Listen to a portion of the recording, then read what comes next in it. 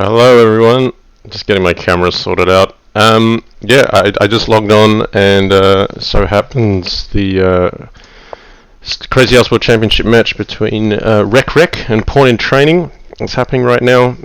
We're joining halfway through the match. Recrec is up 3-2 here, playing white in the 6th game. Yeah, let's just talk about the action straight away. I mean, material fairly balanced. Black is up a piece for a pawn.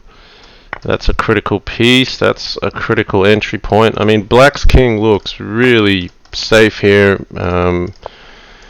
almost nearly impenetrable, and you know, some material in hand. So I favor black a little bit here, but that he wouldn't have wanted that. I think knight at e1 maybe offered some more entry opportunity at pawn at g2. That was a critical piece to lose. So black very safe here, but dropping a bit of material, which is critical and low on time. So that could be quite decisive here.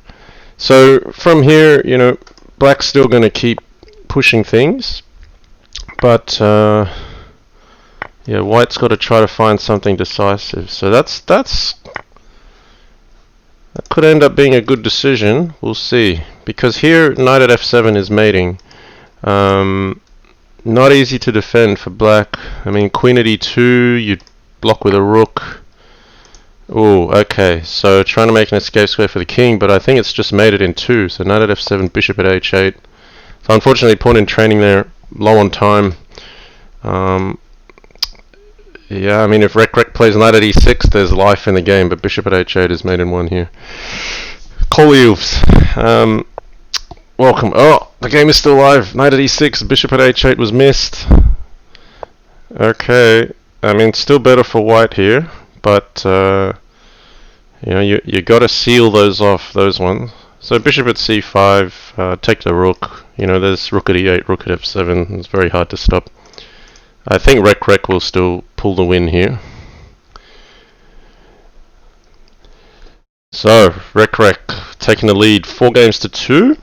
Let's actually follow recrec, or PawnInTraining. We'll follow recrec so that I don't have to press that button each time. Okay, recrec with d6. So I've been playing this a fair bit. Looks like both players have been using a fianchetto setup with black. A little more popular these days than it used to be. E4, E5 is getting more and more figured out.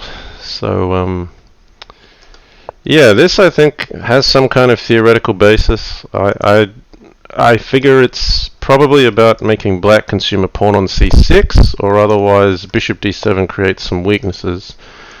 I don't know the exact line here, but maybe there's a bishop takes d7, and not sure if there was something critical on the light squares here. We need an opening theoretician to give us that, and that's beyond my knowledge at present. Kolyov says, is Spencer's hair even more wild now? No, it's grown out again, but it started coming down. It doesn't stick up as much as it used to. So here, yeah, balanced position. Knight c3 makes sense. You've got to defend against pawn at e2. This knight should just retreat to either f6 or h6. Yeah, h6 jumps into f5, which is useful, but it's not a bad piece on f6, getting reinforced here. So yeah, I assess this position as equal. I don't think black needs to sacrifice material here. I think it's just hang back, and you've got a long grinding game ahead. But you know, I'd probably just take black because there's still a pawn in hand, and sometimes having that flexibility is critical. So recrec burning a little bit of the clock.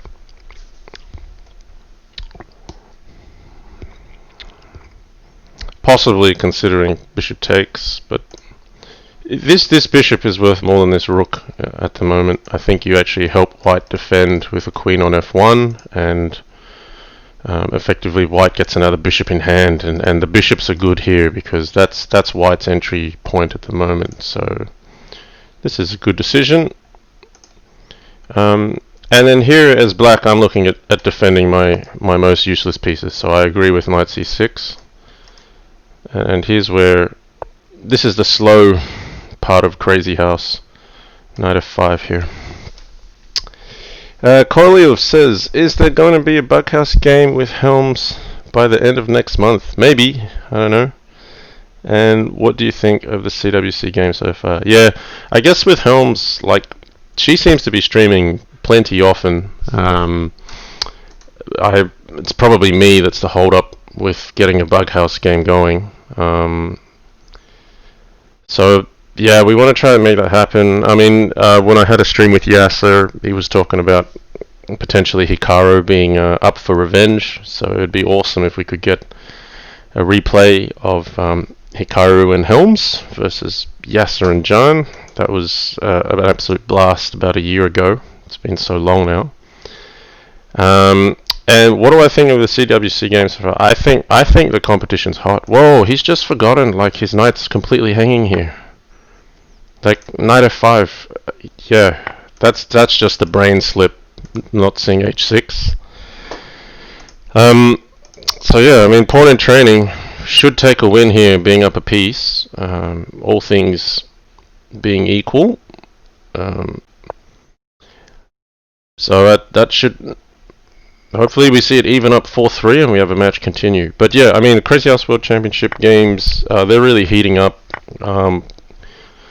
It doesn't matter whether you're in the top bracket or the lower bracket, the games are getting so much closer with the strength of the players relative to the early rounds where, you know, there are some very clear, convincing crushes. So yeah, you know, we've already got, I think GSVC is the first confirmed candidate. So in the top bracket, there's some really big matches which will determine the first few candidates. Obviously coveted positions, and even if the players lose there, they still have a good chance of making it into the candidates after that. Yeah, so I want to try to cover more on stream, and that's why I've just kind of flicked this on now. I think there's something decisive for white here. Takes, knight takes here, knight at e7, king here, rook at g8, takes, even just rook takes d8 should be good enough to win. White can just completely open the position here. Maybe if takes, you've got to take with a g pawn and allow knight at h6, which isn't absolutely dead on the spot. But possibly even take on e7 and knight at d5 is strongest. And then if the queen moves, you take here, and then knight at e7 is crushing. So you might go for knight f6, one of the two, but I think knight takes e7, and he's probably preparing knight takes e7 here. Knight at d5 is just very difficult for black, so you'd have to play bishop at d8 here, keep defending. GMIJH says, hi John, did you see the Penguin match last night? I didn't see it live, but I did see the result. I reviewed a few games. I understand Zodiac Blitzer was up 3-0 against Penguin, and possibly up 5-3 with a few match points, and Penguin got away, which is a huge result. Yeah, Zodiac, I mean, my heart goes out to him. I mean, he must feel that was, you know, the close one that got away. So yeah, that's unfortunate for Zodiac, and yeah, don't be disheartened. I mean, you're still in the draw with the lower bracket, and you've got more chances. Yeah, but I think maybe that could have gone either way. So, like I said, exciting stuff in the Crazy House World Championship, and really good to see some new names like Zodiac Blitzer really, you know, take it to, you know, one of the top bullet players in the world, who's just having a spin, having a go at Crazy House, but nevertheless, you know, a legend in his own right. Now, before talking more on that, I think knight at h6 here is, oh yeah, this probably works well. There's got to be some sack here that's mating, because I was looking at rook at g8 and queen takes f7, but recrec is going to burn up the clock anyway. So 4-3. Now we love a 4-all. A 4-all is the ideal scoreline, because that really makes the next two games high pressure, critical games. So yeah, IJH says the comeback was really something. Zodiac fought well. Yeah, I mean, anything can happen in the Crazy House World Championship. So recrec, yeah, I think White can get a solid setup here. Usually a knight here, maybe a bishop on e5 or g3. I've lost a lot of games to Upper Wesson where he's put a bishop on e5, and I've played it as White myself. It seems quite an easy position to play. This knight swings out here. There's nothing decisive early. It's just, White just kind of pushes up to the 5th rank, and Black is kind of held back. Safe, solid, but definitely conceding some space. Okay, so this is quite standard. I think knight ce2 makes sense. I mean, that's your piece. Like, this is, all these d4, d5 kind of games are really slow grinding games, and you can do a few slower, you could call chess-like maneuvers, and it's all about getting your pieces from the queen side to make them useful on the king side. Alright, you want to show everyone your outfit, Bella? No? Alright. Bella looks like Kasumi from Dead or Alive right here. Come on, that's an awesome outfit. Like, if I'm John Lee, you can be Kasumi, right? Come on, come over here, don't be shy. She's got like this, I don't know what kind of dress you call it, and this, she calls it, it's like a katana thing. Pretty funny. Why are you dressed like that? Alright. I got a dob in my daughter. Hang on.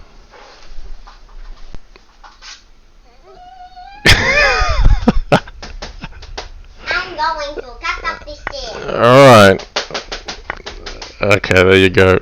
That's I am going to cut off the stairs. No, you're not gonna cut off this chair. She's got a plastic sword. Yeah. Well, now you want to get in the camera. Alright. Whatever. Let's stick to Crazy House instead of little Kasumi in the background. Stop chopping my stream up. Stop chopping my stream. Sorry, everyone. Okay, so let's just review that. Recrec. Cut it out. Recrec has sacked on the dark squares. Sacked 2 pieces for 2 pawns. Recovered 1 piece. I think black's fine here. There's a lot of material. Knight takes d5 makes sense. As black here, you just put everything you can on dark square defense. And this is a kind of position I like to play as black. I'm very familiar with playing, and people will say just defend.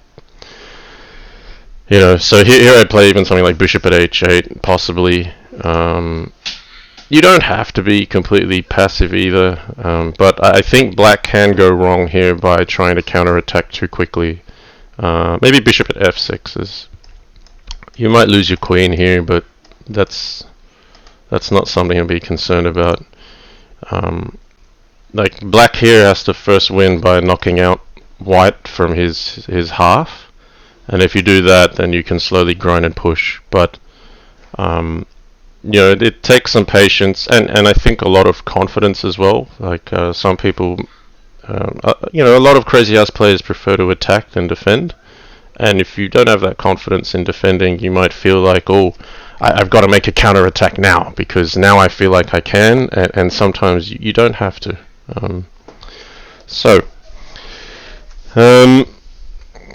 Coley will say now to give you an actual knife like an Australian and teach you to take on kangaroos. Yeah. It's like what's the saying from done this? Like, that's not a knife. This isn't a... Can you not break the walls, please, Val? Alright.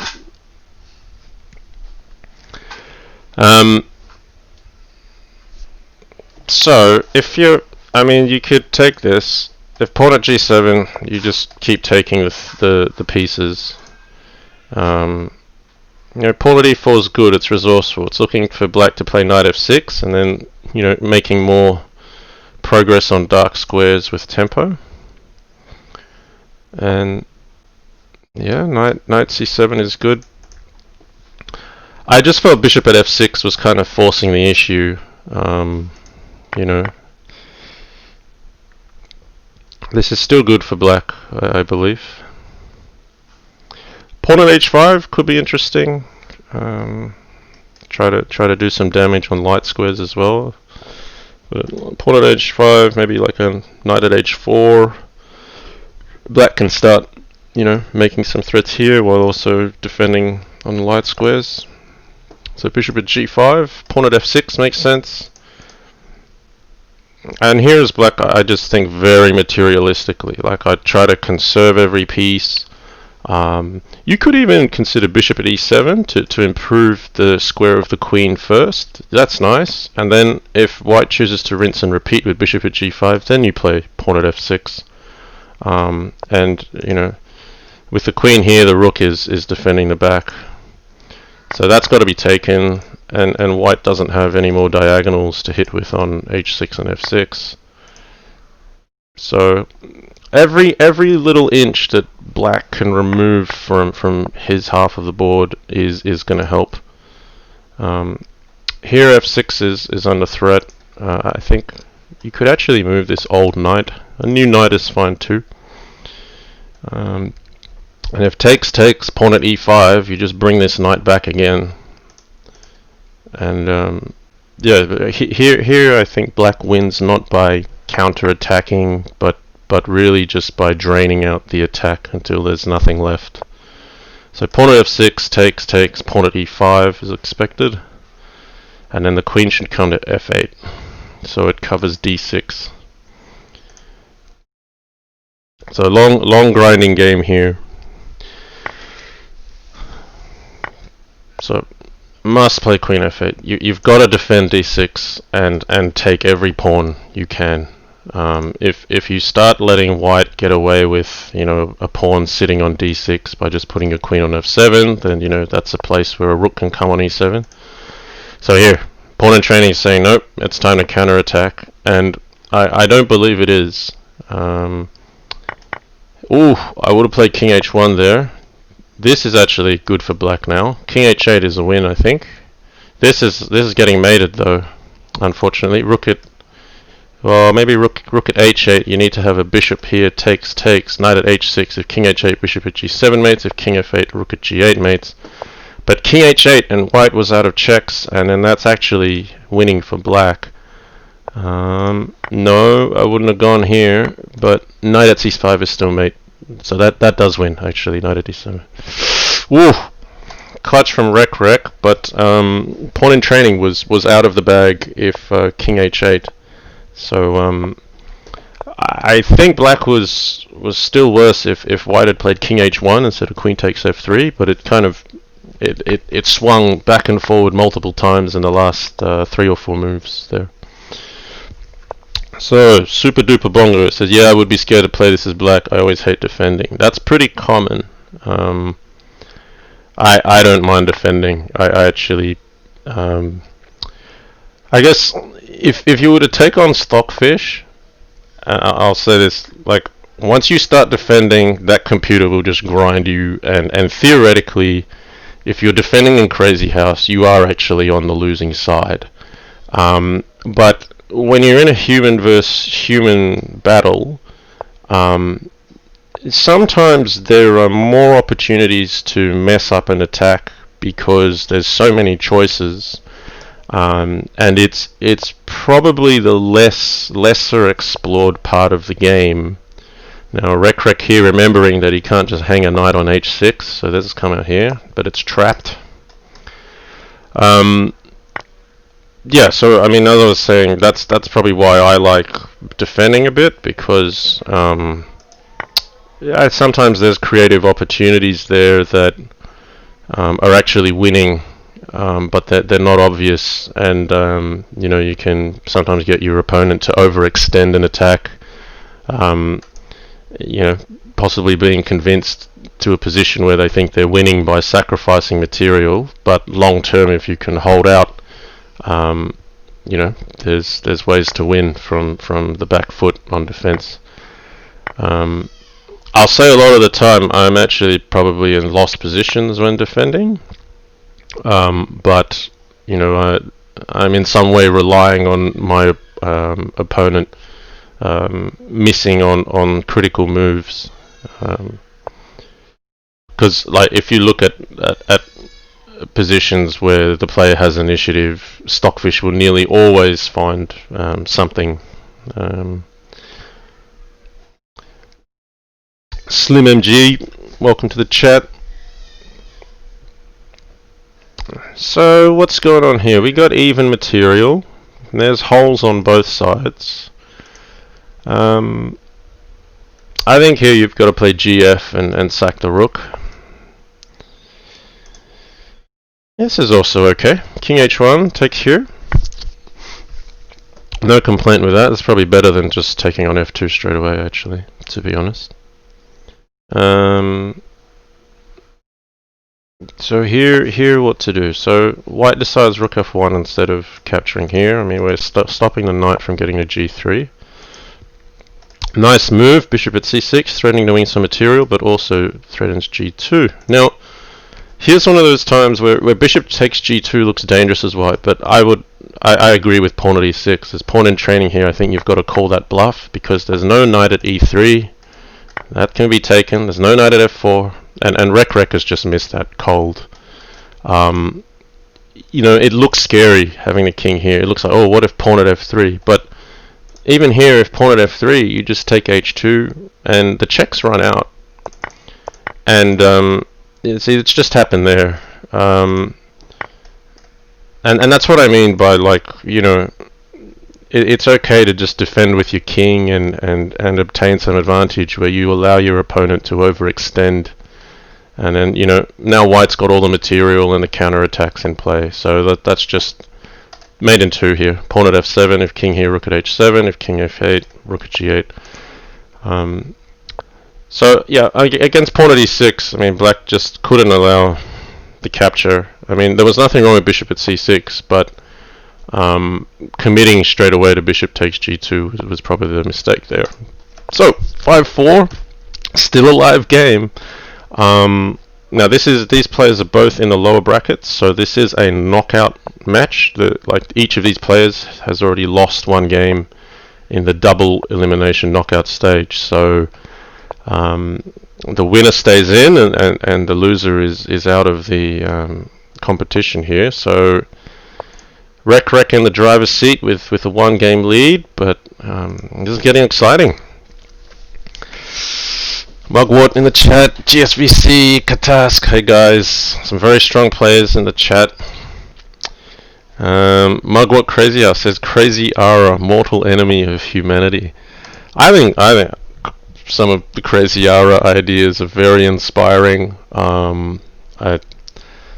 I don't know. I mean, I've played Crazy House for years because it's been a non-theoretical game which hasn't really had much engine input, and it's now very different because, in a way, the growing interest of Crazy House has kind of brought forward all of the engine development as well, and we could say, oh, it's killing the game, but I mean, it's just the next phase in Crazy House. We've got to embrace it. It's not like it's completely changed the rules or it's doing anything illegal. It's just a different way of studying it, and it was always going to happen. So I don't think it's fair to say, it's dying on its own success because it's getting figured out. I think some people will think that, and if you asked me 5 years ago, I probably would have said something like that. But it's just part of the game. It's like losing on time in 1 minute Crazy House. It's part of the game. So if somebody's going to go and study it, you've got guys like Katask, the finisher, even JK has done his fair bit of study. I know because I've heard it said he nearly prefers studying the game rather than playing it. it's part of the game, and it makes it richer and this plays stronger. Now recrec going for the jugular here. Pawn at h6, queen takes h5, committing. And I think white has the right to go all in here. So it takes, knight at f6, check, king here. The queen is under attack, but bishop takes h6, very strong. Knight at h3, you gotta be careful. Knight at h3 takes, knight at f3, pawn at g2. Yeah, you're like one piece away from getting mated. You could just take h5 and feel a lot safer than going down this path. You might get mated. Yeah, I'd take here actually. That's because this is it's leaving h4 open. I think maybe white just survives. So knight h3 takes, knight at f3 here. Pawn at g2 takes, knight h4, king up. Queen at g2 or queen at f3. King takes h4 survives. This is critical stuff, guys. Maybe rook g8's not playable. So here, oh, if you're pawn in training, you're like, oh man, what do I do? Because it's not quite made. It's just not. It looks like it should be. It looks like white messed up, but white's actually in the driver's seat. And if recrec can win this, he wins in very fine style with just the closest margins. GSVC says, I thought JK was always super theoretical. No, because from 20 years back, there's no engines. JK is actually just one of the original super talents. So queen at g2 here, rook g8 is all that's playable, because you have to cover g7. So you need to cover g7 with two pieces. That's it. At least then after rook g8, that queen is in some way defended, because rook g4 would be mating, king takes h5, queen takes h3. So queen at g2, rook g8, only way forward. And against that, what should you do as white? You should probably play pawn at g3, just renew the threat of pawn at g7. And that's probably good enough to win. So let's see what PawnInTraining decides to do, but that's my tip. Queen at g2, rook g8 is the only way to keep it live a few more moves. Yeah, GSVC says 20 years way too long ago for me. So queen at f3 played. I mean, I think that ends black's opportunities much sooner. So has white got enough pawns to win here? Pawn at g7. You don't have to play that. You could play knight takes g8, but pawn at g7 takes. Pawn at h6 because you've got rook at g8. You'd be one pawn short, which is why it may be worthwhile taking this first. Because then if takes, pawn at g7 takes, king here, you can play pawn at f6. I just feel having two rooks in hand makes a difference. When the king goes here, you can do a back rank rook. Opponent? Not actually. That's not my opponent. I'm commentating on a game, and you're interrupting. Stop interrupting. It's always one of you two. This is, if I'm John Lee, I've got Kasumi here right next to me. This is, come here. This is, she's got a sword and everything. Yeah, so if we play fight, then she always assumes the character Kasumi, and I'm assuming the character John Lee. That's how it goes. So knight takes h5 here is also good. Rook g8. All right. Can we make this a Crazy House stream and not a Dead or Alive stream, please? Dead or alive? No, it's not Dead or Alive. Dead or alive? You'll be dead or alive after this if you don't stop mucking around. All right, hang on. Mommy, wait. It's only like the last game, and we could just.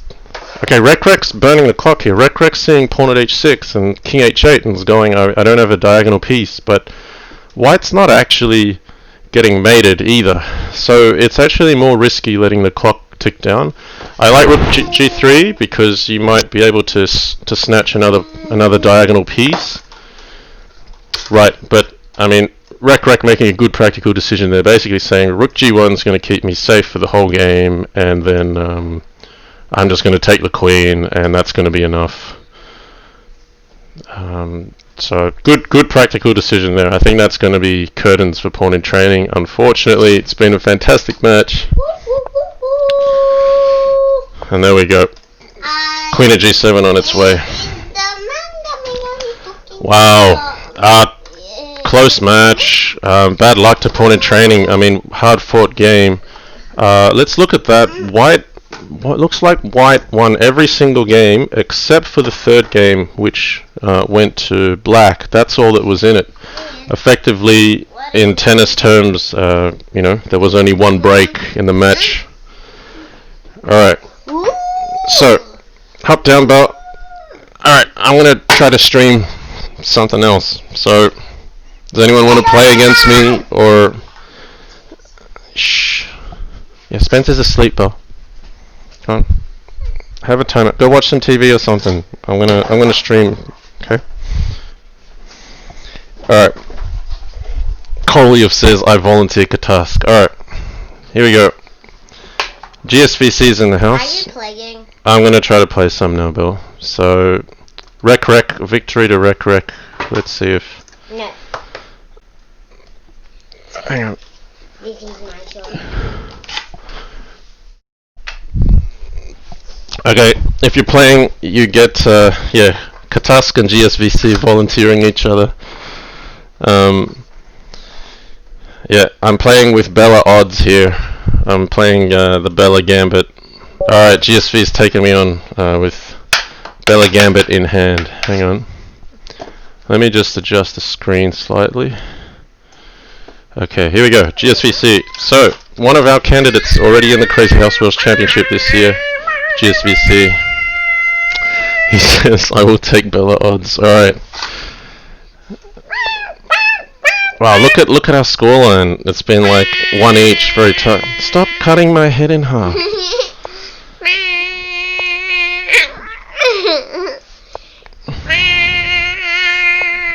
Alright, Bella, that's kind of disturbing. Whatever.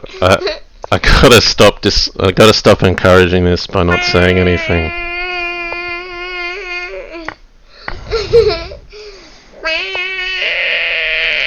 I'm sure getting my head cut in half is not conducive to playing Crazy House.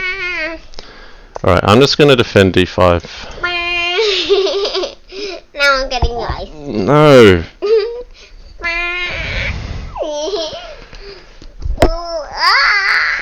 That's okay. I mean, I said I am playing this with Bella Gambit odds, so apologies for the noise, but...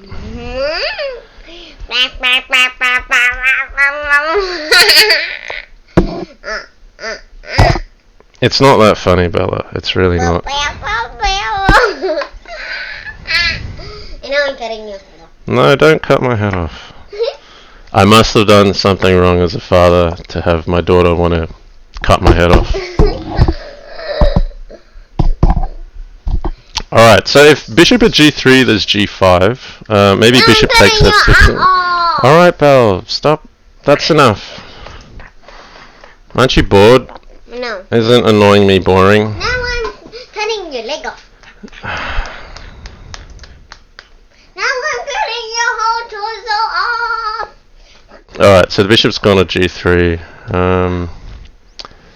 So yeah, that looks capturable. Now I am cutting your I mean, look at this. If bishop at f4, I can sack my queen for no good reason. So this is in no way instructive. Queen takes f4. This is just in the spirit of the John Lee channel. Stop cutting my head off. Okay, so that was absolutely. There's absolutely no good reason you should sack your queen there, except for staying true to the channel content. I have no continuation. No, don't break the screen. Seriously, that could actually be annoying, Bella. Alright, well, I will cut your table. what to do here? So, let's put a bishop on d6. That makes sense.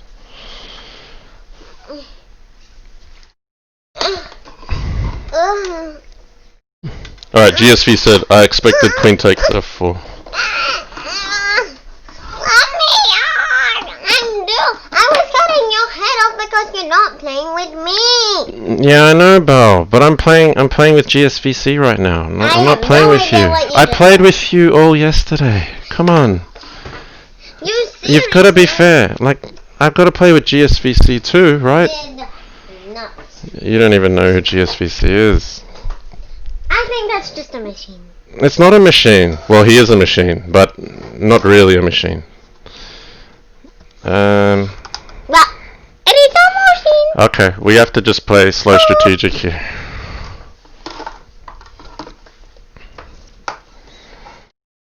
I guess I'm stuck with this one.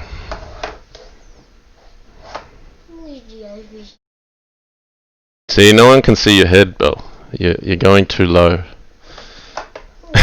They can still see your bow there. Alright, you got a question. Koliev says, Bella, do you like chess? Alright, knight at a5 played. So let's cover b7, and this bishop will still have a life one day. Do not get that. Okay, a3. I think I don't like chess. You think you don't like chess? Well, we'll just stay solid here.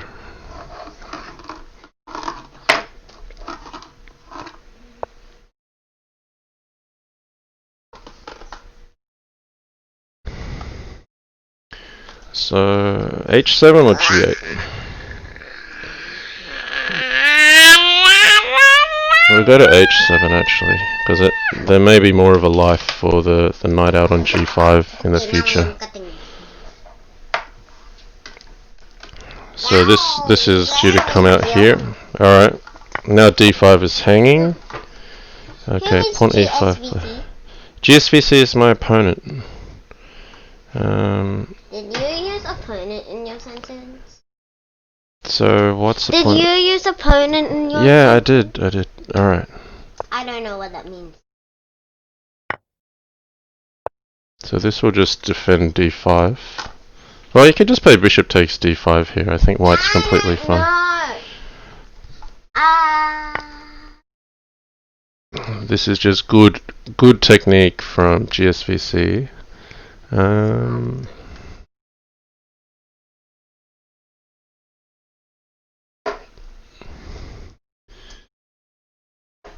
Let's see. Right, we'll put the knight on first.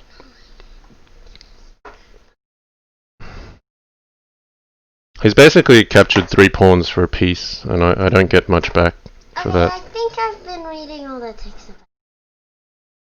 So now is where I probably want to cash in. I've still got a safe king. I've got to try to make something on g3. Because this can't be captured because of knight at e2. So white's still completely winning here because of material advantage, but you know, there's bishop takes e5. I got to try to keep things alive with pawn at f2 perhaps. I don't think I have Pawn at h2 perhaps. I got to keep some kind of attack going. I don't even know what a crazy house is. If I take this and then knight takes g3, then white's very clearly winning. I mean, white's winning anyway, but there's winning and then there's clearly winning, and I've got to try to at least make it difficult. So let's. The pawn on h2 doesn't really do much, does it? Okay. So we'll put that here. All right, rook at g1. I just got to keep that pawn on g3 alive. This is really like clutching at straws now. GSVC is doing a fantastic job here. Because after king takes, then I can take the rook, and then g3 is defended by knight at e2. So this is all about squeezing the most potential out of your losing position. Can you not put the knife on the monitors, Belle? That actually could do something annoying. As if you're not annoying already. But okay. How about? Seems like ice. Uh, And I am going to cut my sword case in half. Well, just cut it out. Hang on. We've got the queen. So he's deliberately parted with the queen, but now at least I have some activity. I want to take this, play queen at c1, and grab the material. But he's got. Yeah, that's not good for me. Hang on. I can't grab that material just yet because queen takes g7 is mating me. All right, now I can take it. So this is still a game. I've survived the attack at least, and material-wise, I have something in hand. But I mean, he's got the initiative again. So let's see. What he's like up a few pawns, I think. Bishop takes e5. I'm gonna grab every bit of material I can. And the one above the last one. Okay, Belle, you don't have to read everything. I'm gonna take this. Alright, let's see where this goes. Can I? Alright, we'll go all in.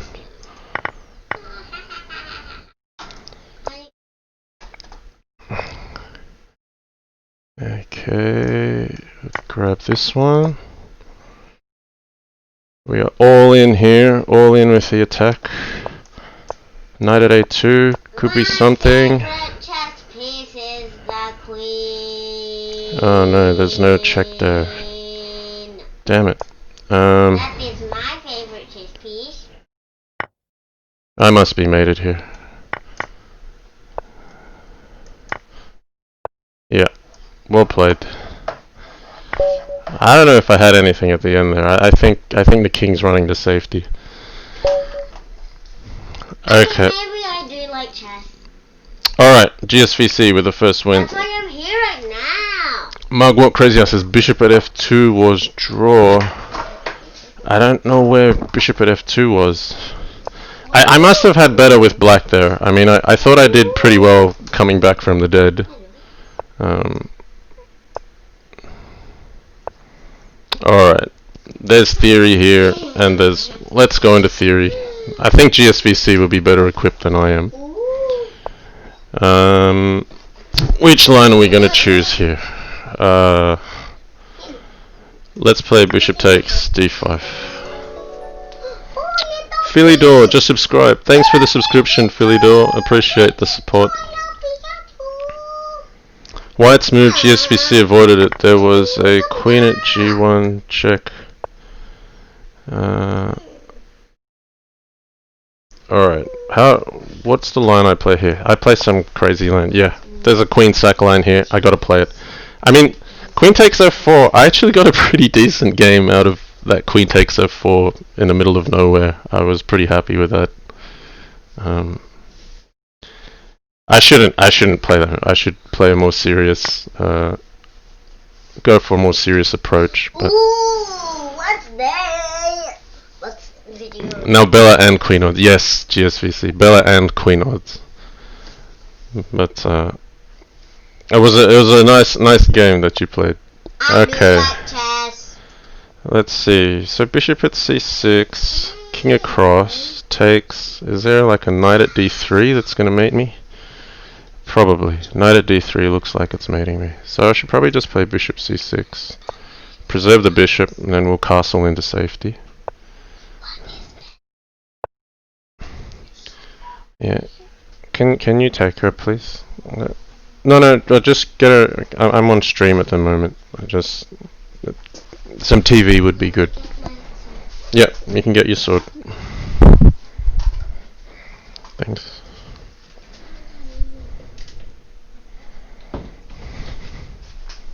Alright. Okay. I'm not on Bella Gambit mode anymore. Okay, this bishop looks like I've got to grab this rook here. Okay. Let's get down to business. So Pawn at h6 is a possibility. Is that helping black with rook g8? I have to play it. Now bishop at e5, or just straight takes, or rook at g3. Lots of options. I think rook at g3. So if knight takes e4, I'm thinking of taking here.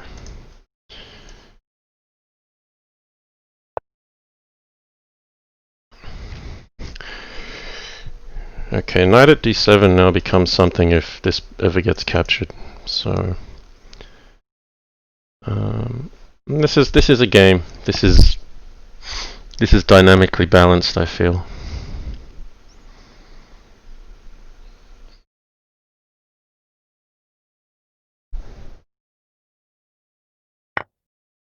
Okay, so he has captured here. I did mention knight at d7. Now I do need to be careful if I'm getting mated with some kind of queen sack here. So what is that? But my knight covers f3. I should be okay.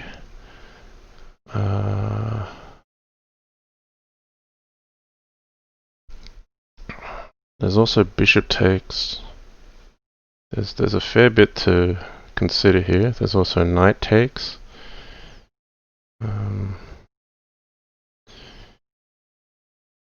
Let's work this one out. No, I'm going with knight takes. My plan is to recapture the rook with the f pawn, and then my it's really important to support f3.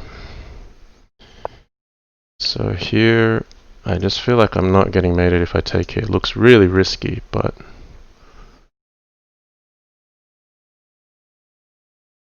yeah, I'm gonna back myself. I just could have it completely wrong here. Knight e2 takes. If I take with h, I'm definitely mated by queen at h3 because I'm pinned. But I'll take with f. And if he takes here, I'm banking on having enough defense. So it looks really risky, but yeah, what's critical is I've opened up f3. Well, that's just a miss. Knight at h3 is winning here. So that's what happens when you take risks. I should have done better with that. Knight takes e4 is clearly wrong there. Nice find by gsvc, but a bit loose by my side. Okay. g5.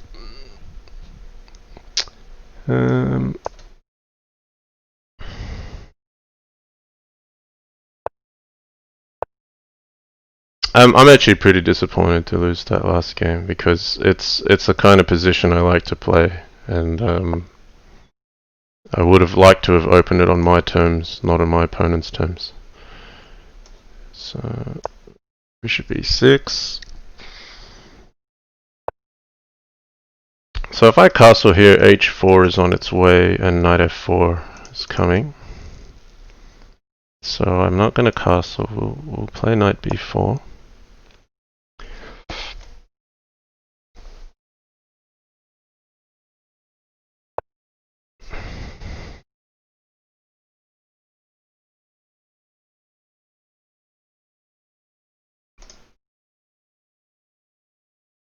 I could play c6, and then I don't want to.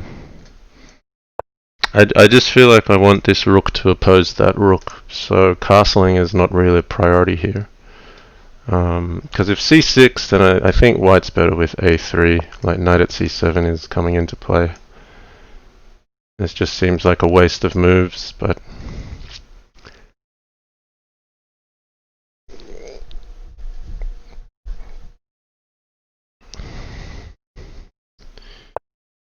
there's h4. Okay, so here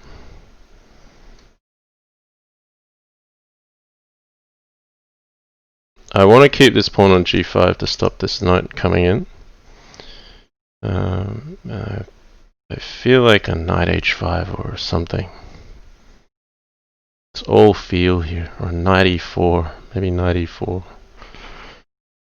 He gets knight at h5.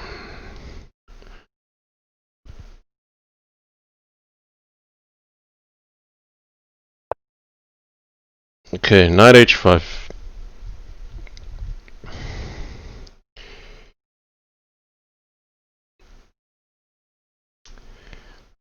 Idea being here is I could play g4 because this knight stops white obtaining access, or there could be some capture here at some stage.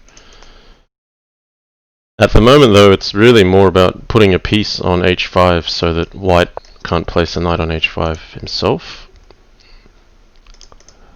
So here, takes, bishop here.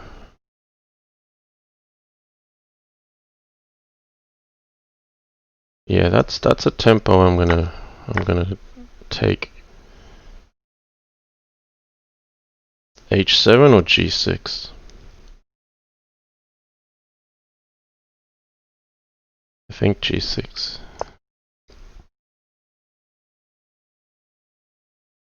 So I want to push the queen back.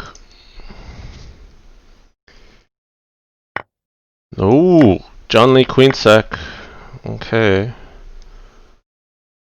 So takes, knight at h7 looks like the plan. Which is just fine for white. Okay.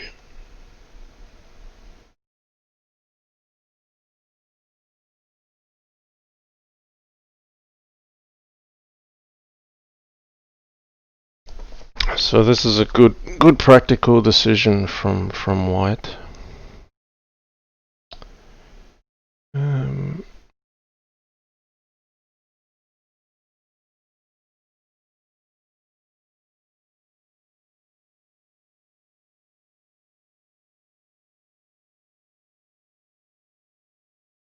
I mean, I don't have any quick inroads to attack, which is my problem.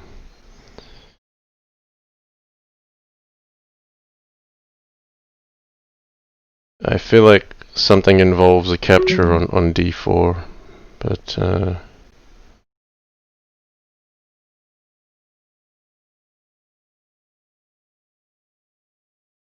nothing decisive, eh? Alright, we'll capture here. So knight takes g5 makes sense.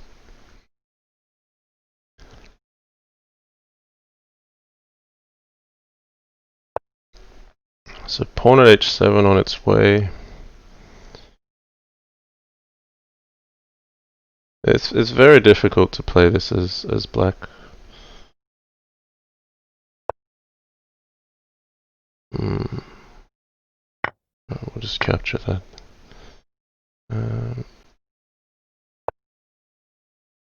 I have to keep the bishop looking at g8 to stop rook at pawn at h7, rook at g8, but I just feel like here, you know, it's white's always going to have some potential to make a big threat just around the corner, and I don't think black can make a quick grab at initiative.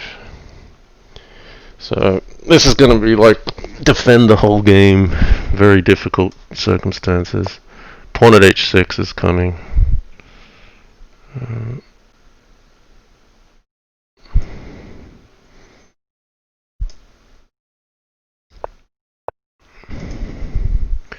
So rook at g8, he gets the queen.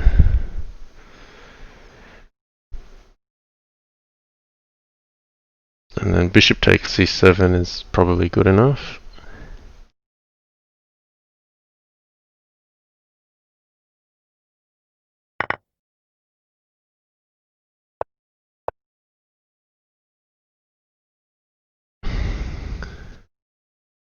Maybe then rook takes f2. He's got bishop at g8. Yeah, I'll play rook takes f2 if bishop takes c7.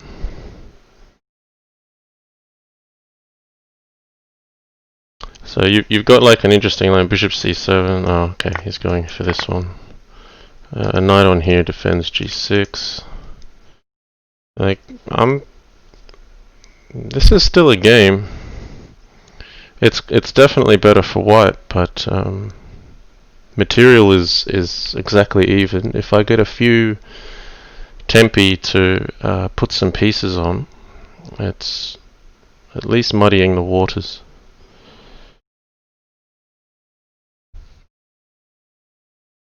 So like a bishop here, rook takes f2, queen at e8, knight at f8.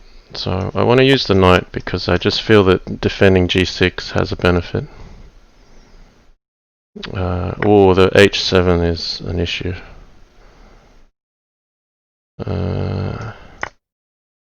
H7. Oh, okay, he's going this way.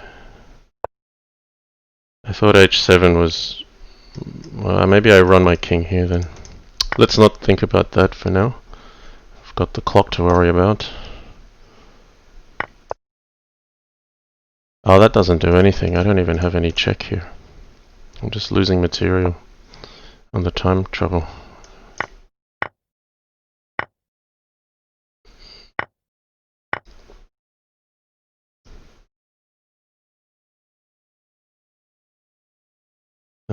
Okay, it's a game. He's low on time too. He's... hang on. Okay, go Bell. That's fine. He's still got mate threats happening. I could never really get pawn at b2 in. Now I can, but I don't think it's effective.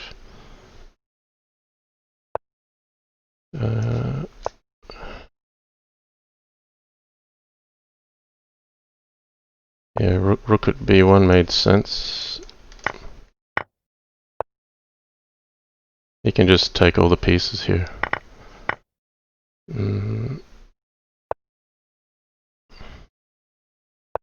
Oh, but no, now maybe I've got something.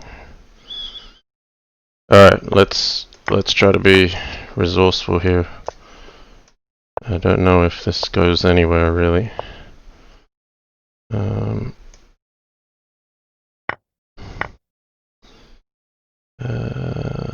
What have I got? Nothing. Yeah, that's a shame. I needed that defender. Rook at h8 is gonna destroy me.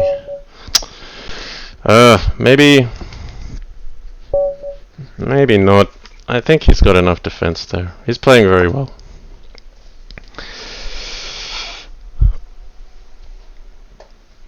Okay, 3-0 to GSVC, but no more Bella Gambit in play.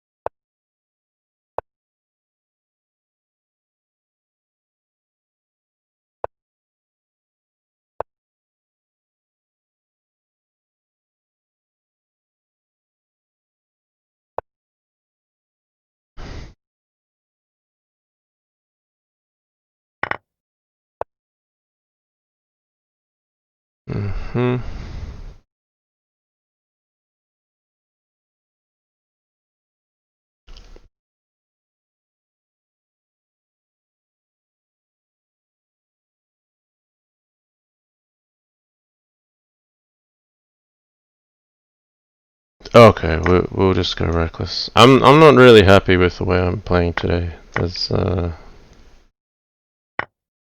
just all very loose. Knight at e7. There's pawn at d4.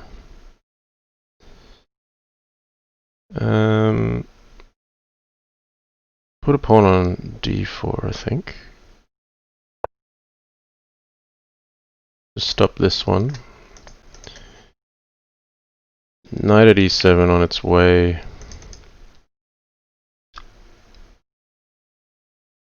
I think black should be able to hold on to the material here and be better. That's my instinctive feeling.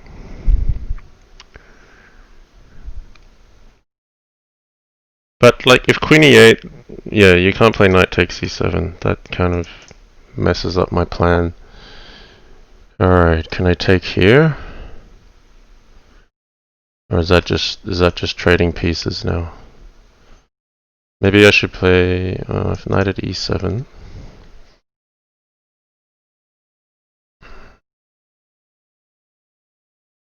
Or should it just be pawn at f3, maybe?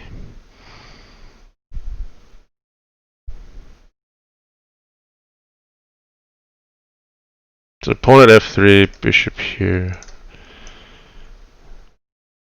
Yeah, right. Pawn at f3 makes sense. If bishop at d8 or h4, so that's still covering e7. I probably need to play knight at e7 first. So I defend my knight.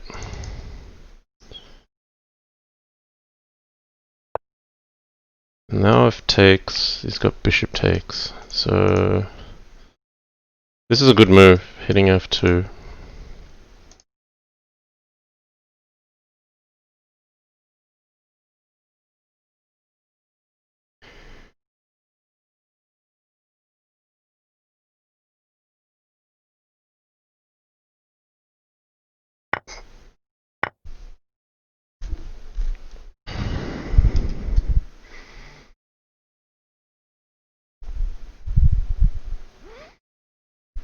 It certainly feels easier for black to play this. I mean, black's got the initiative.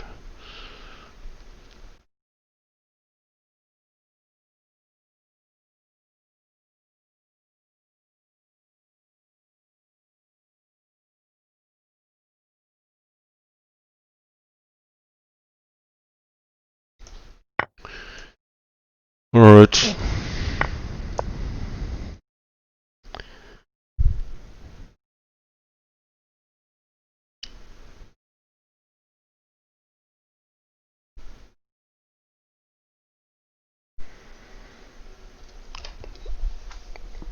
Yeah, I mean, black doesn't have to go all in here. I mean, he can. It's probably okay to attack as well, but retreating the queen to e6 or d7 is probably also quite decent. Bishop takes f2. I don't think I can take that because of knight at h3. I mean, if I do, king here. Okay. Nothing on here, is there?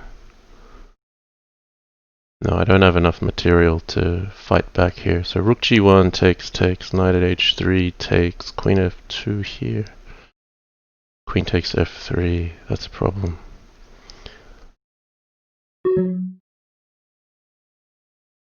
Castles, maybe castles is all I've got.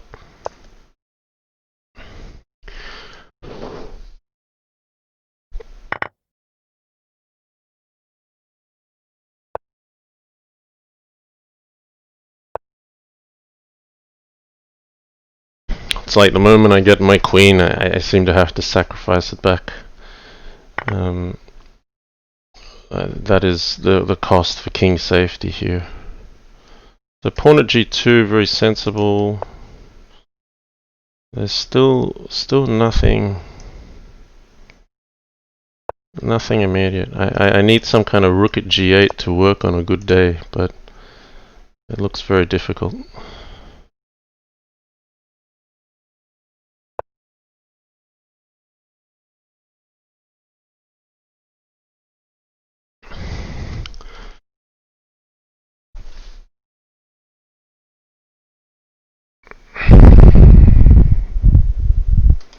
So that could be a bit of rinsing and repeating here.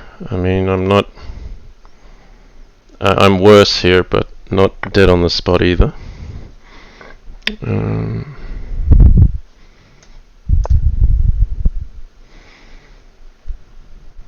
So we got to target something. Rook takes g2 is also an option. But it's very hard here because I have to be so resourceful, and like even pawn at h7 here makes things difficult. Rook takes g2, queen takes f3, pawn at e2, traps the queen. I am glad I placed the rook on d1 because it does defend better. You could even take e7 here. I think that's actually a winning move.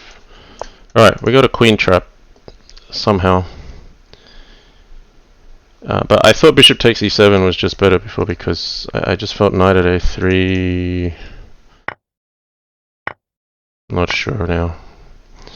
I don't think I can take that.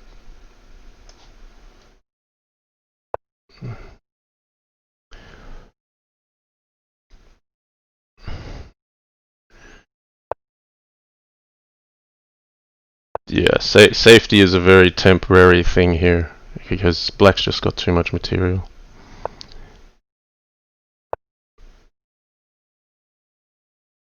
I mean, maybe I had to go for knight takes e7 to at least win some material back.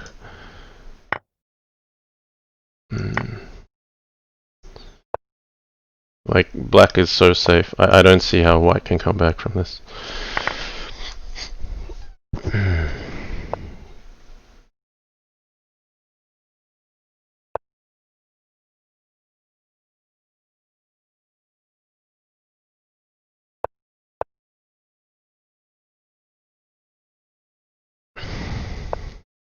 Yeah, that's resignable.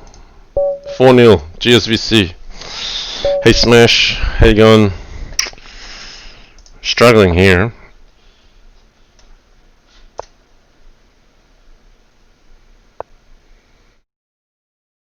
Alright, we'll play bishop g4 against bishop g5.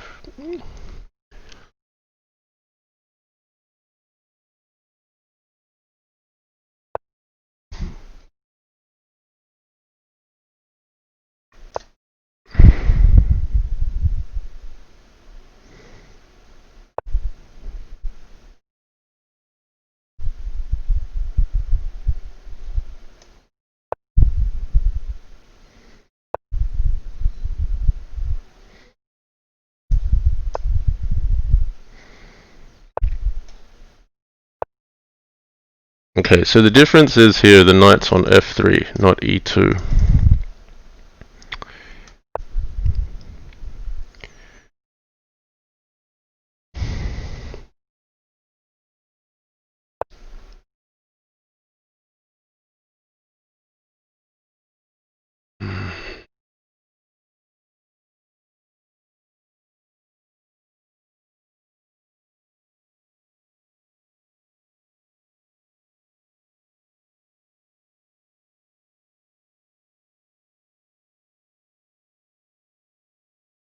I feel like if I castle here, I'm gonna castle into a storm.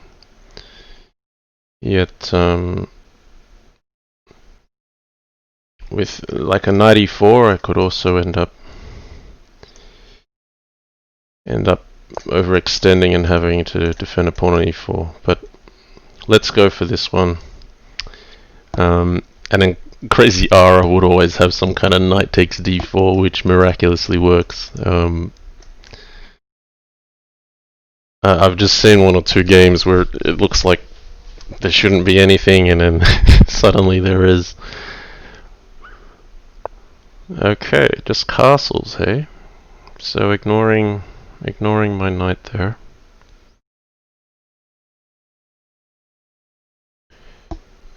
But knight takes, knight at e4. I mean, in this case, maybe I can castle as well.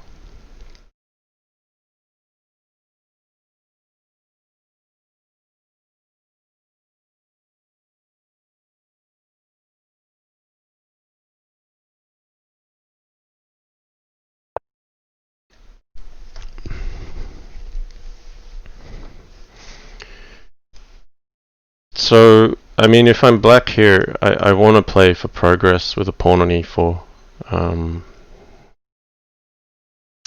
White's incredibly solid here, and so I need to make rounds on it. Wow, knight takes g5. Okay, I have to take this. Okay, I don't immediately understand this move.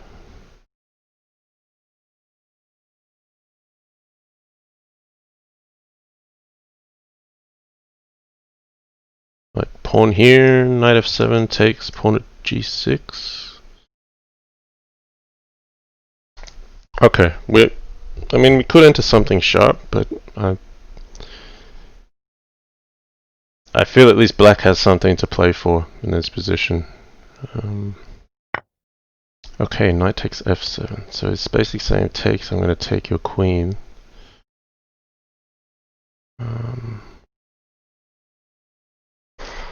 Okay, that's interesting. What if I just decline rook takes f7?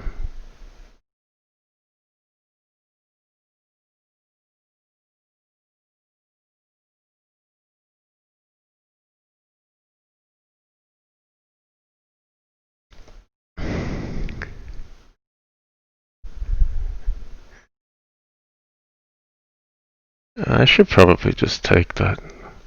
So let's see. If takes, pawn at h7 takes, pawn here, knight at h4. He's one pawn short.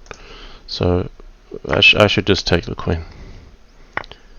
And now pawn at h. If I leave this knight here, it feels dangerous. I think I should take it.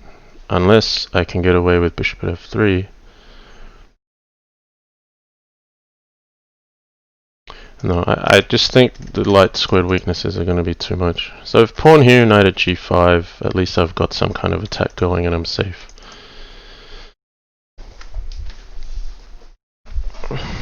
So I've got to manage the clock here as well. Alright, I'm just going to play a move that creates some safety and also some attack opportunities. Bishop at f3 is probably too risky with pawn at h7. Pawn at g6. I do need some coverage back here. So we'll take that one. I'm feeling good about this game. But against gsvc that can all turn very quickly. So if he starts attacking my knight here, I play knight at h3, get a reinforcer first, and then play bishop at f3 and start making inroads.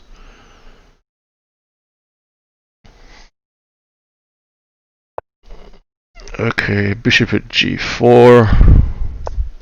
Like that's just very straightforward. Knight at e2 is a mate threat here. Like you just feel black is making progress faster than white. Oh, he's just resigned straight up. Yay! I'm on the board. How about that? So let's go with d4 again. Yeah, bishop g5 more popular these days, but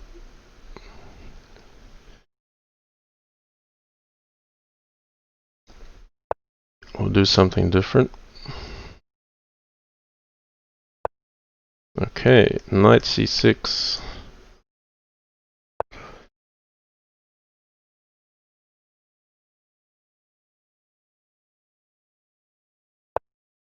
So maybe bishop g4. Yep.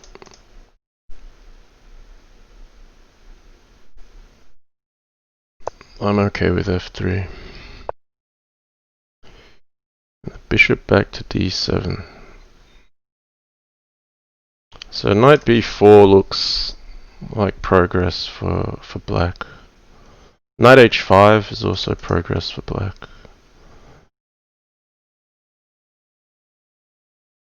But I can go this way if knight h5. So it's probably...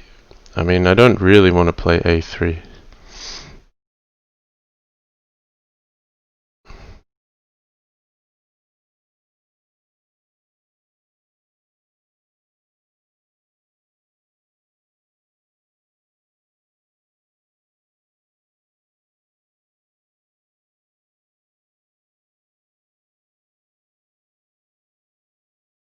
So we'll go with knight c3. If knight b4, I will back the bishop up. Okay, but now I can play knight h3 because this bishop's cut off. Now maybe knight h5, bishop g5, bishop e7. Ah, but there's bishop at h4. That's the point of this opening. Okay, now I get it. I'm gonna have to let that bishop go. Because I have seen Katask mention bishop d7 somewhere, so there must be some kind of theoretical idea behind it. I think it's the pawn is on f3. Ah yeah, I lost this one. Great. Well, that's pretty simple. I'll hold a straight face and try to hold on to that pawn. Maybe I make matters worse for myself. There's going to be a pawn at h3 here somewhere.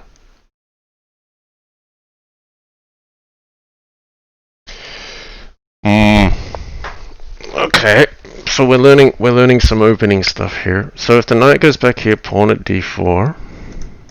What if I just take this and go for it? I don't mind that actually. So I'd be quite confident both players are out of book here. Black can just even defend with bishop at b6, yeah, or bishop at b8. That's two pieces for the queen, but yeah, very open. I feel like knight at b5 makes sense. I'm just going to go off feel here. I've got the queen and the pawn for the two pieces. If I don't play aggressively and black is allowed to consolidate with moves like bishop d6 and bringing everything in, then I think I'm definitely worse off. So there's some potential here. It's not bishop takes h7 because then just takes. Maybe bishop b5.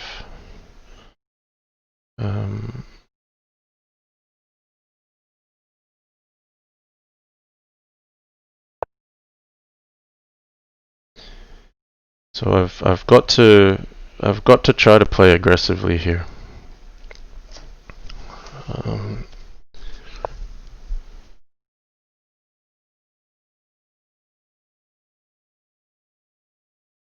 So is there any threat here? What if I just hit this knight? Bishop takes, king here. Knight f2 takes.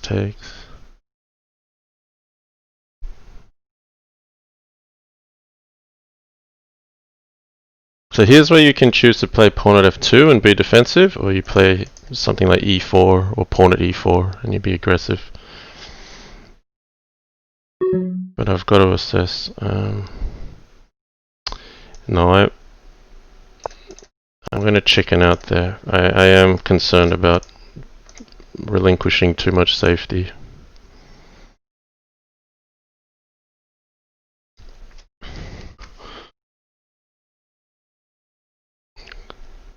So a good game here. This is the kind of game that if you're a top player, I think you like to play this kind of game because you both have to play well. Yeah, okay, he's defended nicely with that move.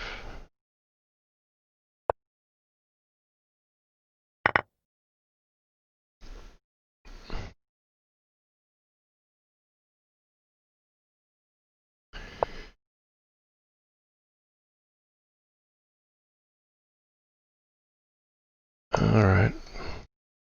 If he takes on g3, I think it's too dangerous for him. Okay, let's try to be aggressive.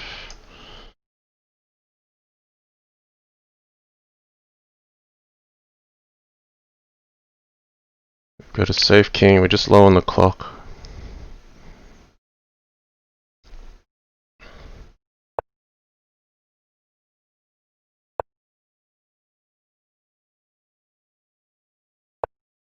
Okay. There's potential here. This is dangerous for black.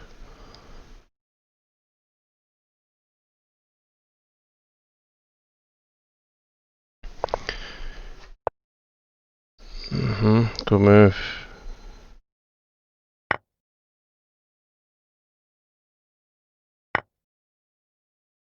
Oh, it's sharp, but he's up to the task. I want rook at a8, but he may or may not give it to me. I'm still fairly safe. Yeah. Damn, my clock.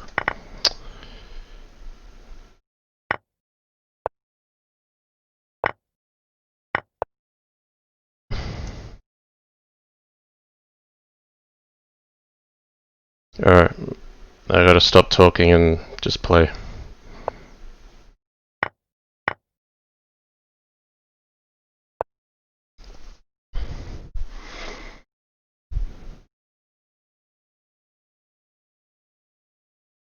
I'm expecting rook at h3. Alright, didn't get it.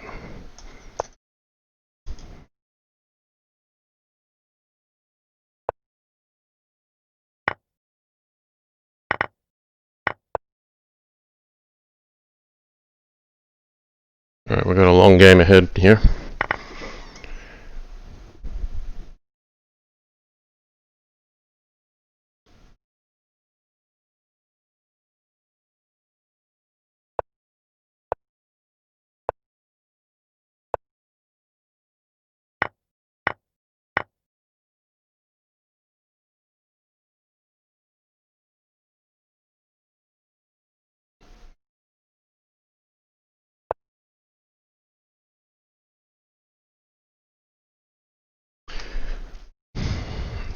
So rook at h5, very nice defense against knight at a5. I'm just hoping I'm not mated here somehow.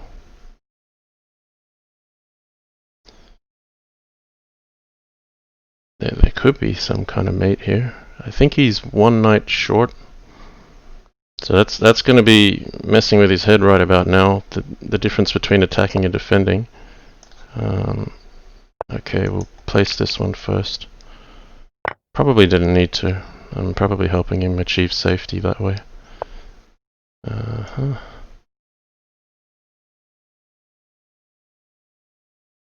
I feel like I need to defend. I need another pawn in hand.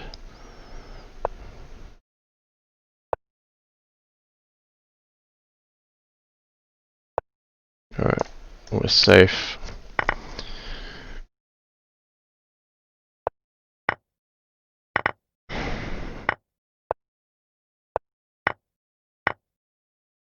I don't have the goods yet. Maybe with knight at e5.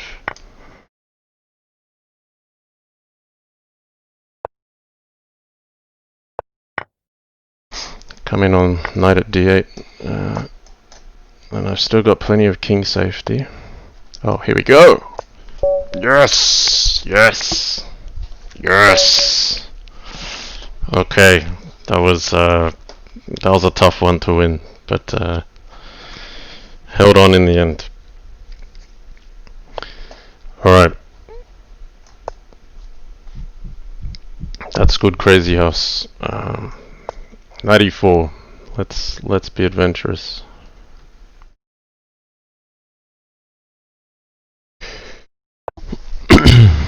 G5. Okay. Can we do something here?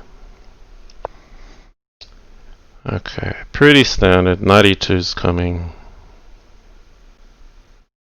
So knight c6. Just let's prevent bishop e5. Renewing that.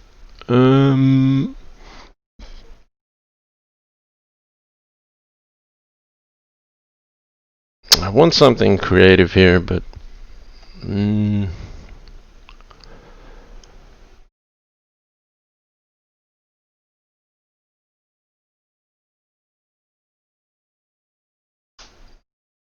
okay, well, let's create h5. I'm completely out of book here. This is all just straight gas. We're going g5, h5. No disrespect to gsvc at all. It's just to... I feel like it's similar to Yasser. I have to create an un-chess-like position, or else gsvc is going to be very comfortable and he'll just cruise. That's my my weak justification for this approach. Okay, so h4, bishop e5, f6. I'm trapping a bishop. It's not worth much, but takes, knight at g6 here. Yeah, let's go for it. This is a crazy idea. Okay, he's just disregarding e5.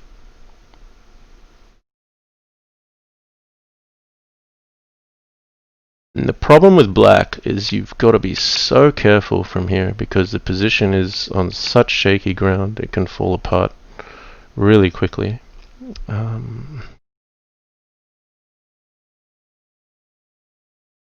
knight doesn't really do that much for white.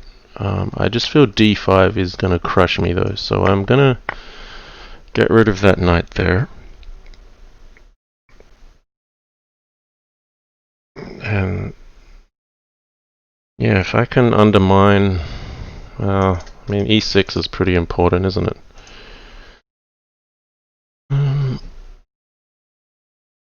Or is it g4? Then knight at g6. Takes.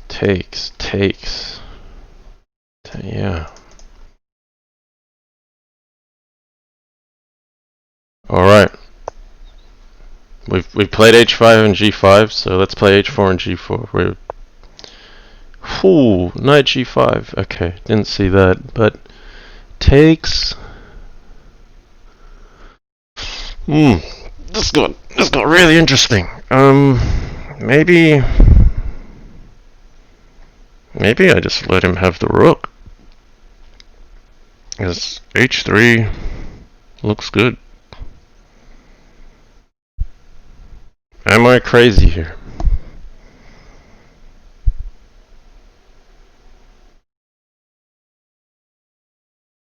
So h3 knight at e5.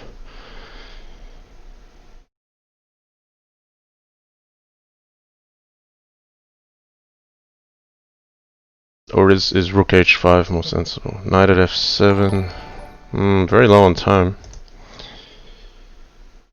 Alright, we'll go with rook h5. Last minute decision. But now critical on the clock.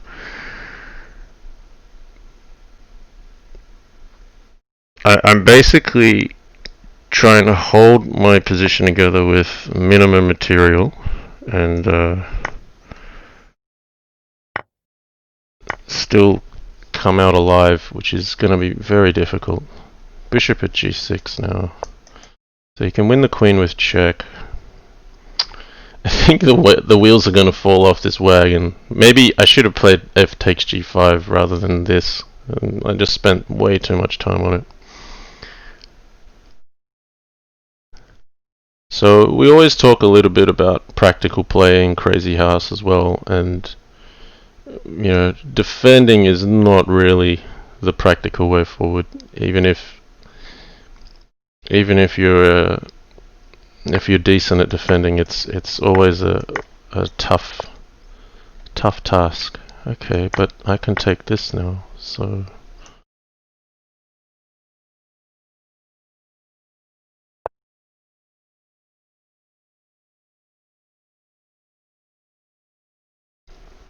There should be enough to make black in this position.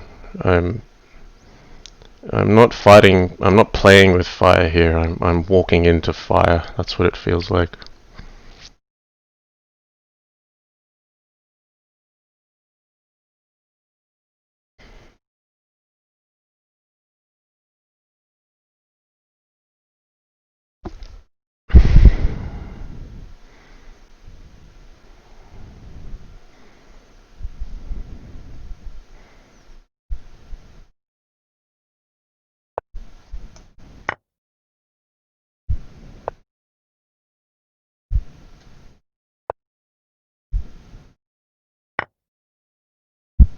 Oh, nice.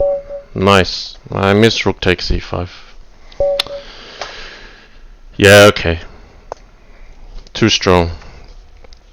John said you should manage your time wisely. John's brain, ink greater than 0, therefore I should run my clock down to 0.17 seconds thinking about this interesting position. Yeah. No, time management is not my strong point. Since having a baby, like I need every second I can for my my poor little brain to figure everything out.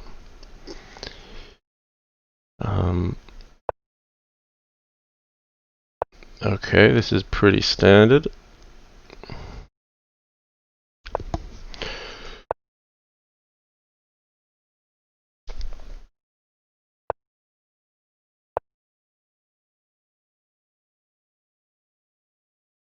Taxbaro says, hello Jen, I'm Seamus from Buho21. Seamus, that's a name from long ago. Good to see you. Nice to see you still active. Okay, knight b4. I mean, going for d5, right? So, do I need to challenge it? Probably not. But then e5, knight e4. So d takes, knight d5, takes. No, I will challenge it.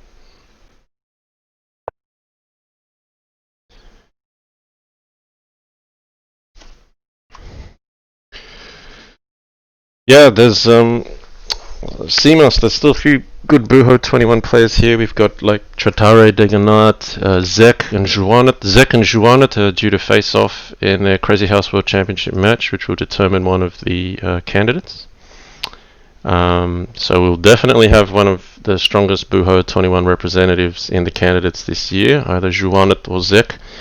Those of you who don't know about Buho21, it's an older chess website which has previously hosted some very strong Crazy House players, and a lot of them are now here today on Lee Chess as well. But they've been around for probably like 10 years already, because Buho21 has been around for quite some time.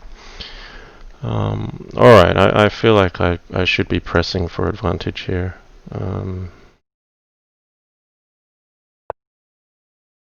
E6 is an inherent weakness. If something like Queen D7, maybe D5. We don't have to wait to castle here, we probably have to press an attack. John, did you ever play on ICC? Yes, I did play on ICC for a while as Tanderman, but more often as Tanderman on Fix. You had to pay for a membership on ICC, so that was the determining factor on that one.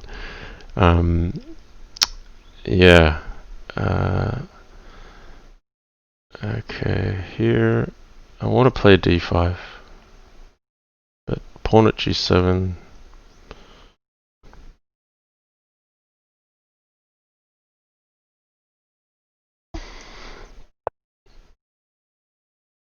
Okay, out of principle of not losing all my time, I have to make one or two practical decisions without seeing everything. If takes, maybe I should take f8 first before recapturing here. Then pawn at f7 becomes a threat.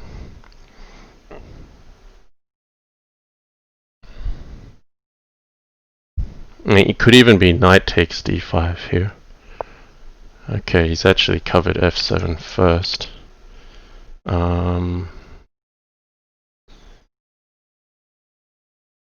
So knight takes, queen takes. Yeah, how about that? Knight takes, queen takes. If here, knight at h6, mate. If queen here, knight at h6, king up. Oh, that's good enough to play.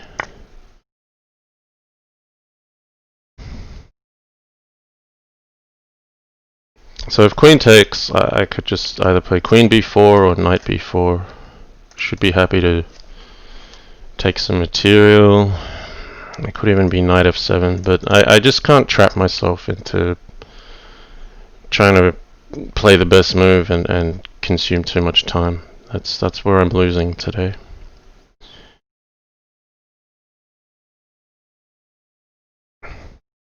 If knight takes, queen takes is just very strong.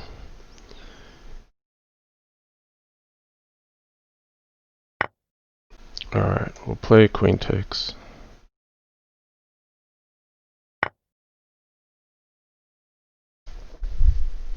So we're up some material here. We're up a whole rook. Queen could swing to h4. So, black's got to try to defend here. Bishop at h6, knight takes. I mean, we can go for it, or we can consolidate. I feel like just consolidating with h4 here. Oh man, knight at d3 is on. Why am I allowing that? Yeah, that was a miss from my opponent there.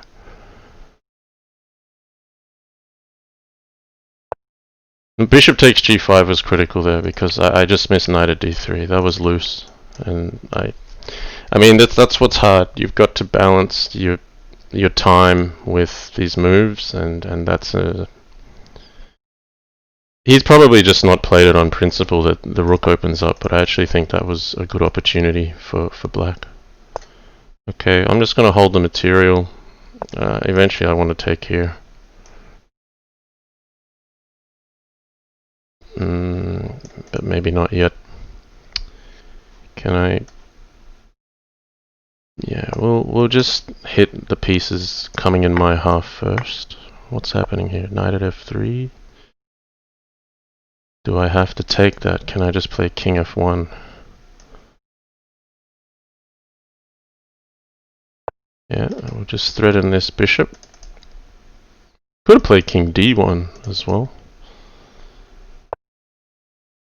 Alright, I'll take that. H7 first, or takes here first? Nah, we'll just... we'll play h7, because then I get queen d4 with check. If knight h2 takes...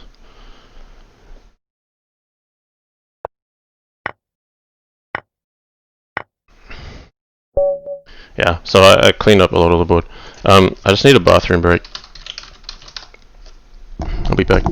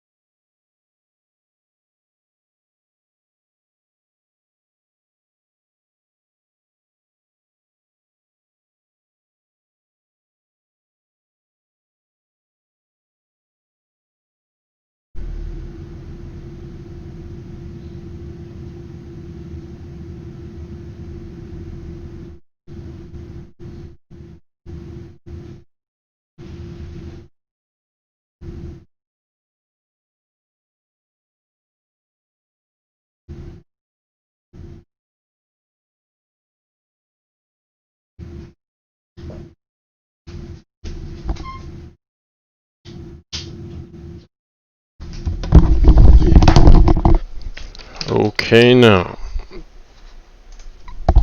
Alright, I'm down 5-3. Lots of people saying, happy to catch a stream today. Yeah, good to see you. An entire sleeve says, just from watching your stream, it seems like you win a lot of games by defending and taking all the pieces, though, just my impression. Yeah, I mean, if... That's how I like to take wins, just... Okay, last two from GSVC, and then I think I'll call the end of the stream at the end of those last two games. But yeah, defending is my forte, I guess. That's the way I like to play, and it does get me into trouble. But it's for me it's satisfying to win a completely grinding game. So this is where I'm going to be completely on the back foot. Rook d1, okay. So we'll play knight c6, because I feel like e5 is an imminent push. Okay, h6 makes sense here. a3. a3. a3, what's he up to with a3? b4, b5. That's gotta be it. Okay. So, should I be playing for e5 here? Maybe that's the point of rook d1. It actually makes it harder to play e5. So should I play queen e8? Because at bishop d7, I'm not very quickly playing e5. But queen e8 makes e5 playable right away. And it defends f7 too, so... Queen e8, knight d5 is annoying. So maybe I do need bishop d7, b4, queen e8, b5, knight d8, and then everything's kind of working well. So I find one of the interesting challenges with playing this perk, sort of setup is you're always caged back, and it's always a challenge to try to find a way to break out. And I guess, some way inherently, I kind of like to win Crazy House games where I was actually having to fight back from being on the back foot or losing. And for some, that's not how they want to play the game. They want to be winning from move one, and I think that's equally fair. But that's what's been interesting for me all these years is, being in a completely losing position and trying to fight back to a win. So here g5, I think. g5 takes, knight g6, queen up.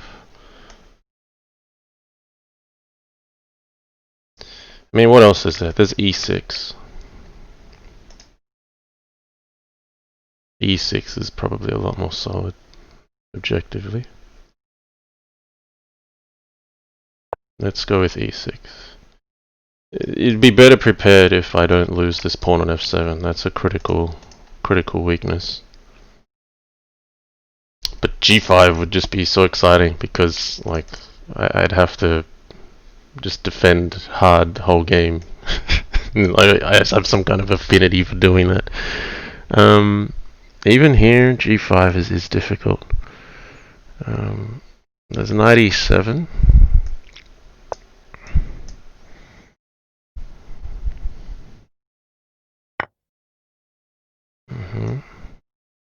So you're just going pawn at f6. So we gotta stop pawn at f6. Oh, that's hanging. This is stupid. This doesn't defend anything. Nah, this is just a bad game. Should have gone g5. Should have gone for it. This is pretty sad now.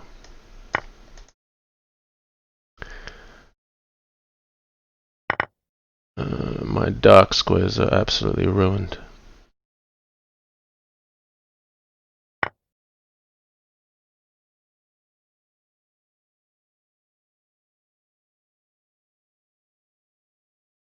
Yeah, the quality of the opposition is too good here to muck around like I have been.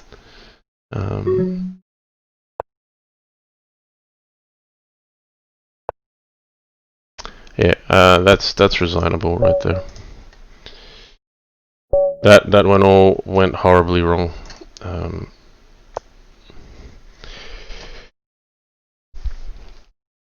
You've got to admit when you make mistakes.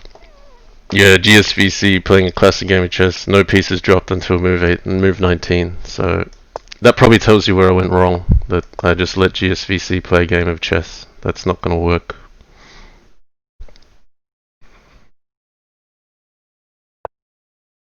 c5, okay.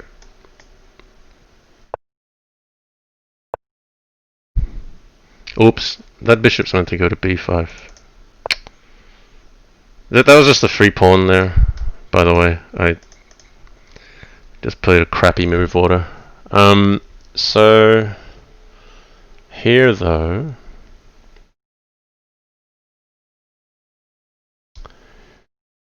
there's still bishop b5 here.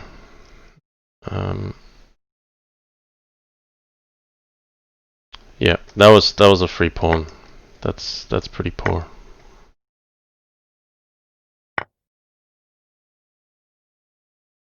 b7 or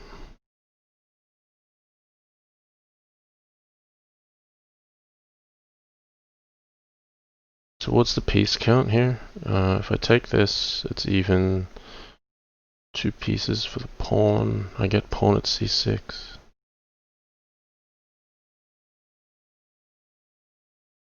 I'll take this one. Tas says, according to Jasugi, central pawns have negative value. That's why you see him going e4, knight f6, d4 all the time. Alright, okay.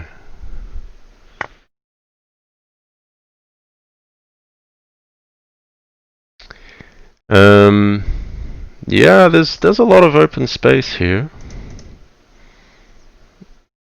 I mean, there's checks on my king, there's knight at f4. So, you know, both sides have something.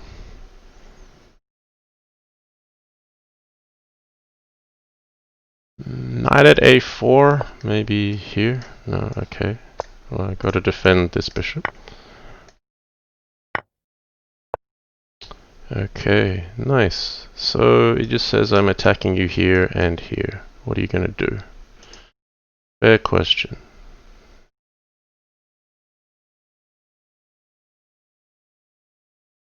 Bishop at d6, pawn at c7, then he's got bishop at a5 check. That's annoying. You can just play bishop d4, concede the bishop, and then castle.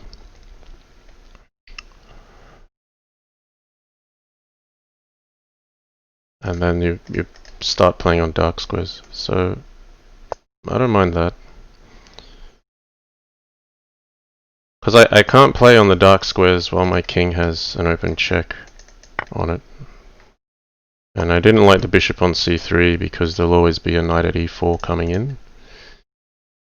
So here I'm probably relinquishing some initiative. Pawn at e4 and black gets things rolling. So instinctively I'm gonna just put this on. Pawn at c7 is a play. He's just ignored me though, so what have I missed? Pawn at c7 takes. Win the queen, knight here, king d7. I mean, I'm not dead at home, queen g4 is fine, so... there's queen g5. Knight at h3, queen g5. Yeah, but I hit the rook. Alright, I'm going for it. Okay, so he's just sacking queen.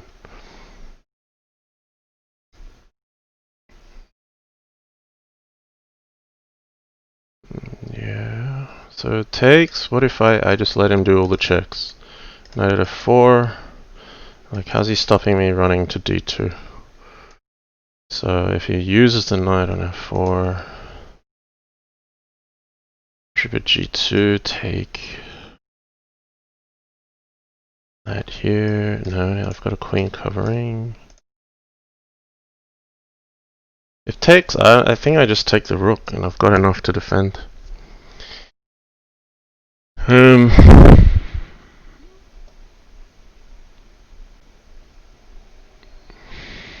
What else is there? There's taking the rook, but surely that's safe. Because if I take another move with queen g4, I feel like I'm losing too much tempo there. And then rook at g6. I just need to get my attack going. Okay, so he does knight e2. Takes, wins the rook. Knight at h3 takes, and then maybe he's got something. Okay, so takes the rook. Knight at h3. But I've got king h1, because this bishop covers f2.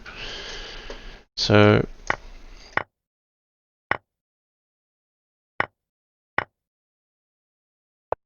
yeah, I think he thought I had to take here, and then rook at h1 is mating, takes, pawn at g2 takes, pawn at f3, that's mating, because it takes, queen at e4, bishop at h4 mates, but maybe he missed that that's defended, because now white has all the play. But no, not that it's over. I mean, black can defend, but I put a knight on c7 regardless, and yeah, and that's just the difference between putting the bishop on c3 or d4. I mean, way back, partly because I didn't want the knight to be hit here, but also, you know, when you're used to this, you realize that this prophylactic defense can actually make a difference. So GSVC wins 6-4. I didn't quite recover from the Bella Gambit played in the first couple games. Oh, Jasugi wants in. I gotta do some family stuff. Don't know if Jasugi's watching, but yeah, I haven't played Jasugi for a while. That kind of hurts. Just love playing against 12 teen any day, even though I get crushed. It's a fantastic mental challenge. Yeah, he said, all hail GSVC. Katas says, I can guarantee you from personal experience that GSVC was just no thinking at all. He was just sack sitting and disappointed it didn't work out. Ladido says, is GSVC the new best Crazy House player in the world? He could be. GSVC is in the candidates already, so he will be fighting against another 11 candidates. If you ask me, I think Jasugi at the moment is really the best. I think Katask is probably a really narrow second. Huge theoretical understanding with Katask, and not just theoretical understanding. Very very strong play even when he's out of familiar territory. But all things being equal, there's good days, bad days.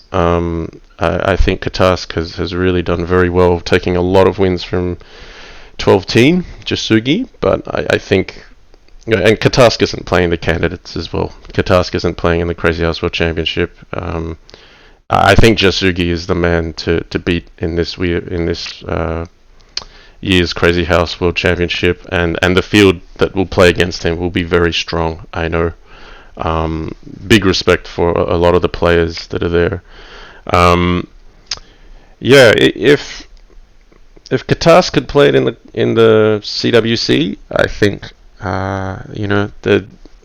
there'd be two really close horses front running.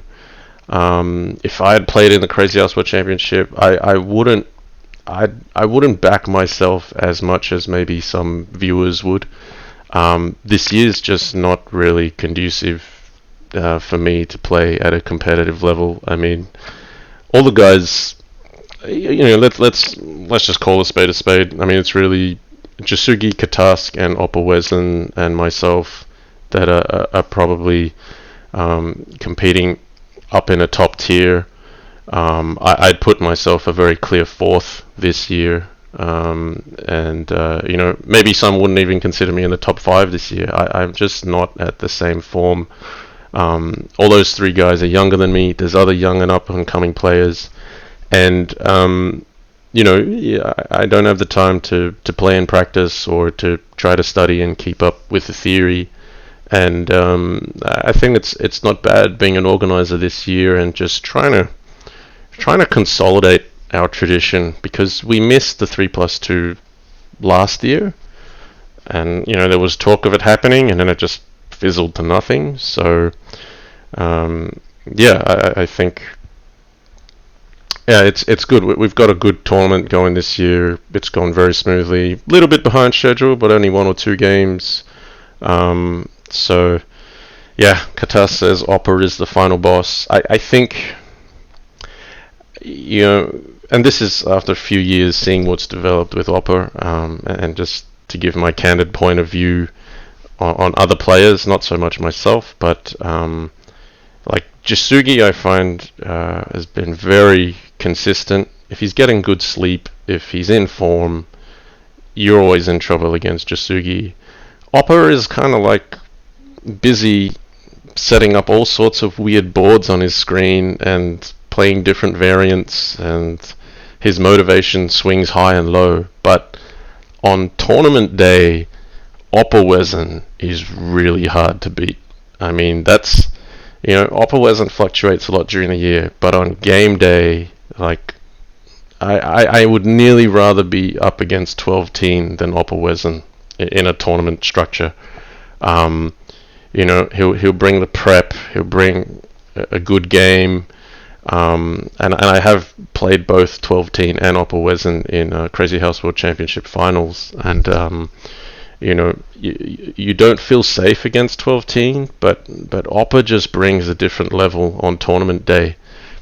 if it's like on a weekend and we're just mucking around, I'll take Opperwesen any day because we're both kind of just playing creative, and there's this tenacity that 12 teen has, and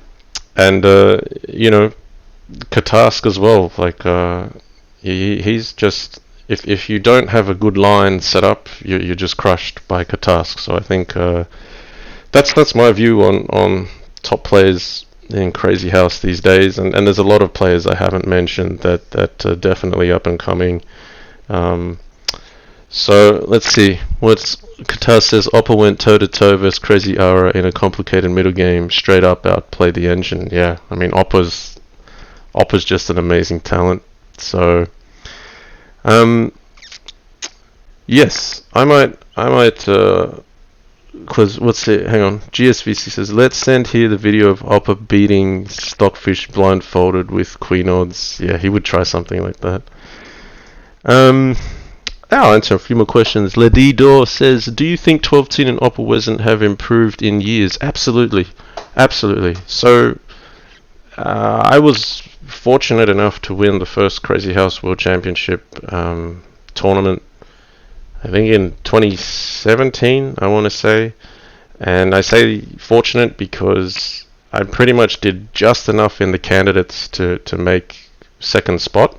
12-teen was first spot. And if I recall correctly, we went like 10 all in the first. There's the 60 games we played of 3+0 Crazy House spread across 3 days. And the first one I think went 10 all, was pretty even. But the second match, I think he was up 8-2 or 9-3 or something, and I was gone for all money. And I somehow came back to level that one 10 all. And then I think our final score was something like 31.5, 28.5 in my favor. I had a good day on day 3, but he wasn't as good as he is now.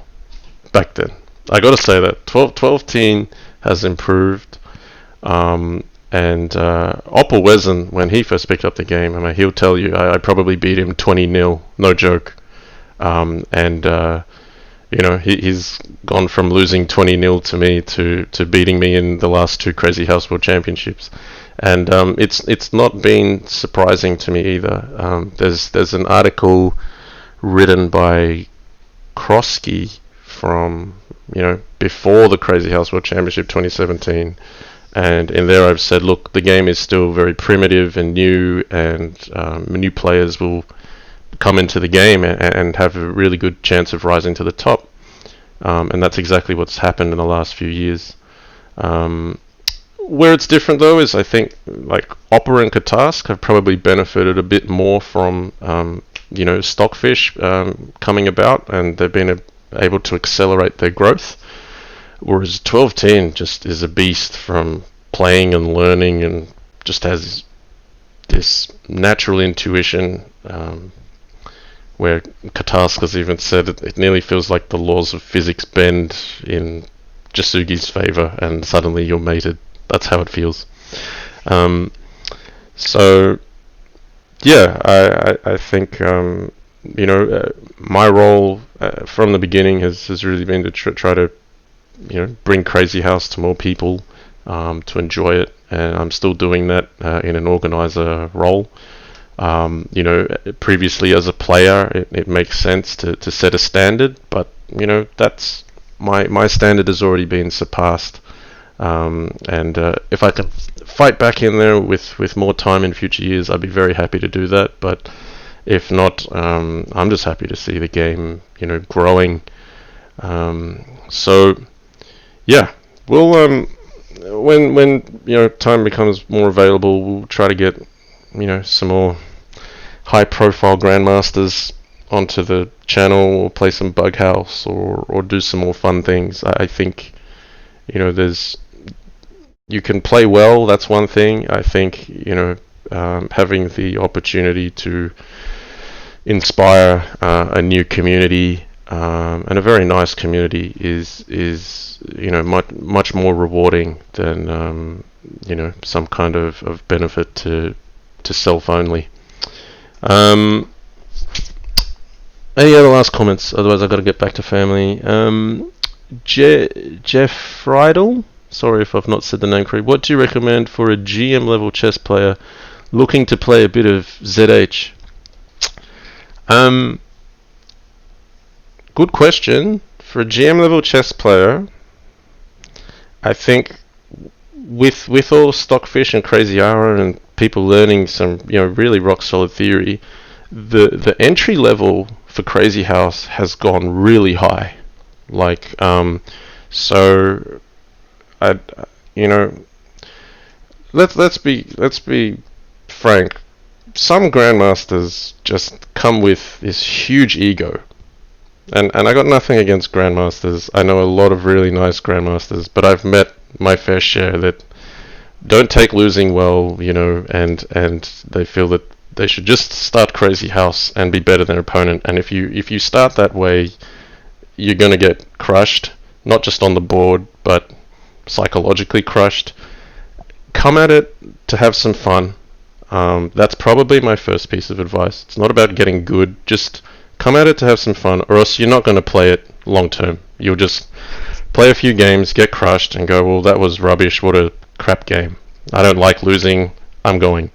The grandmasters that have joined us over the years and played Bughouse and really stuck with it have really come just to have another look at chess and kind of get some inspiration on some new ideas and having some fun. And these are guys like Levon Aronian, Niels Grandelius.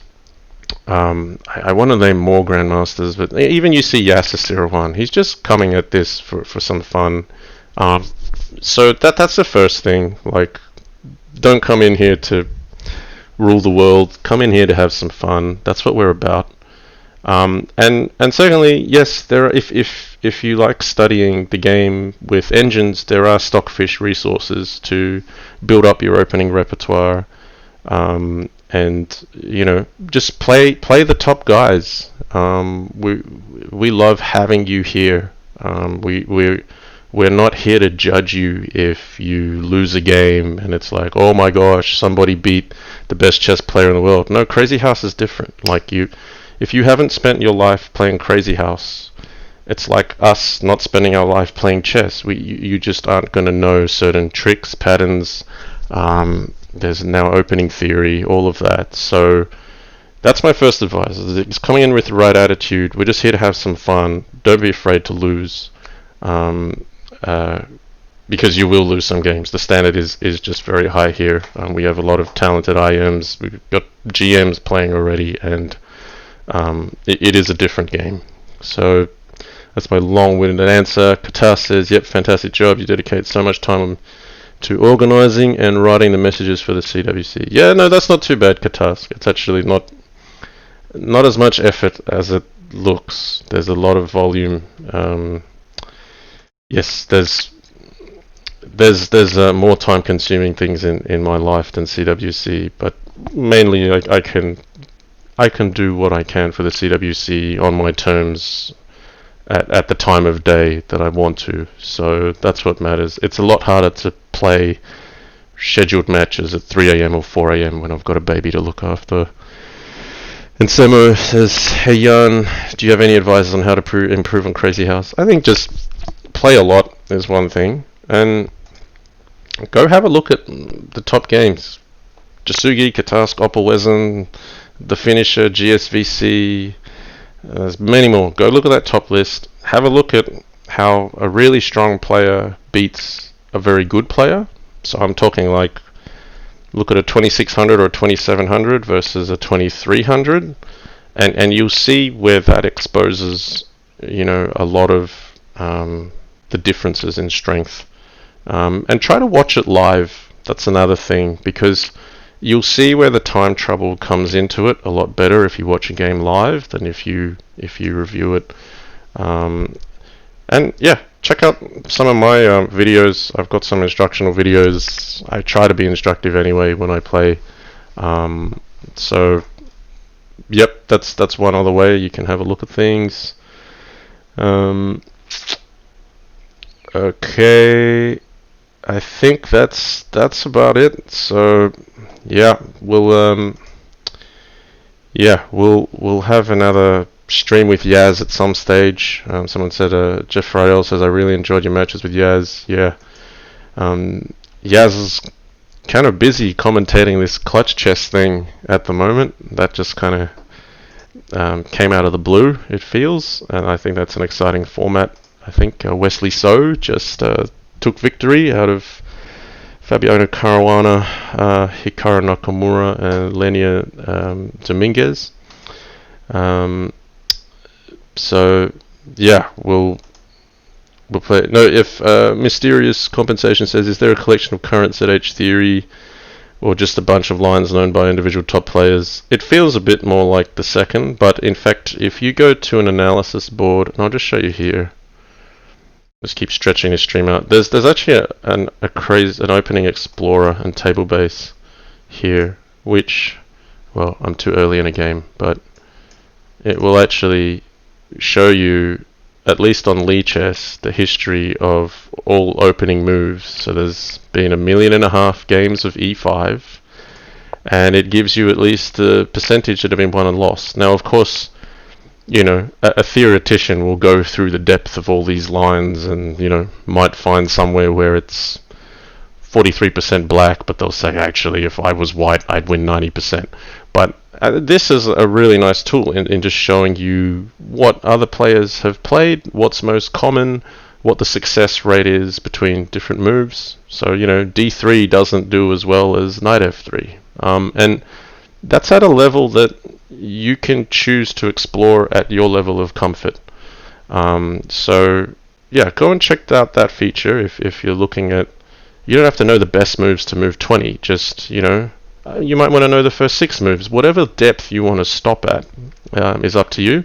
And a nice feature is when you get in deep enough, it will usually kind of tell you, you know, top games. So I'll just keep clicking through a very common line. I've played this myself many times, but it will actually show you, look, here's like John Lee versus someone, all you need is luck. So like you could look at a John Lee Opperwesen game from 2016 and that'll load up, and then you can actually see what those players did in that line. So all the tools are there, and that probably answers that, you know, same question. If you're a GM that's new to the game, you can go and explore the tree. And you know, if you're preparing for your Crazy House World Championship, that's how you can actually find out if you're preparing a new line that no one has ever played before in Lichess. You can look up through millions of games and go, okay, I know I've got a novelty here because nobody's played it. So you know, I've looked at it from that point of view before myself when preparing. Okay. Yeah, and Mugwort Crazy House says filter Finnish player only. That's another way of going about it. Anyway, yeah. I hope that answers your question to your satisfaction. Mysterious Compensation.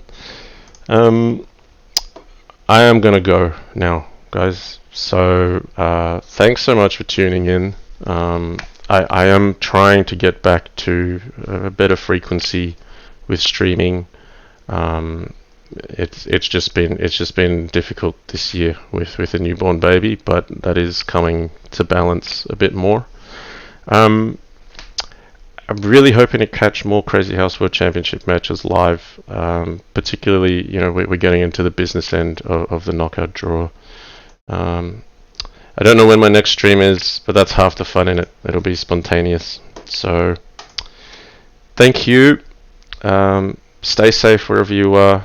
I know COVID's still about, but you know, we'll get through this, and we can still log on to Twitch, which is fantastic. So we're very lucky to have that. Take care. Enjoy your weekend. Until next time. Bye for now.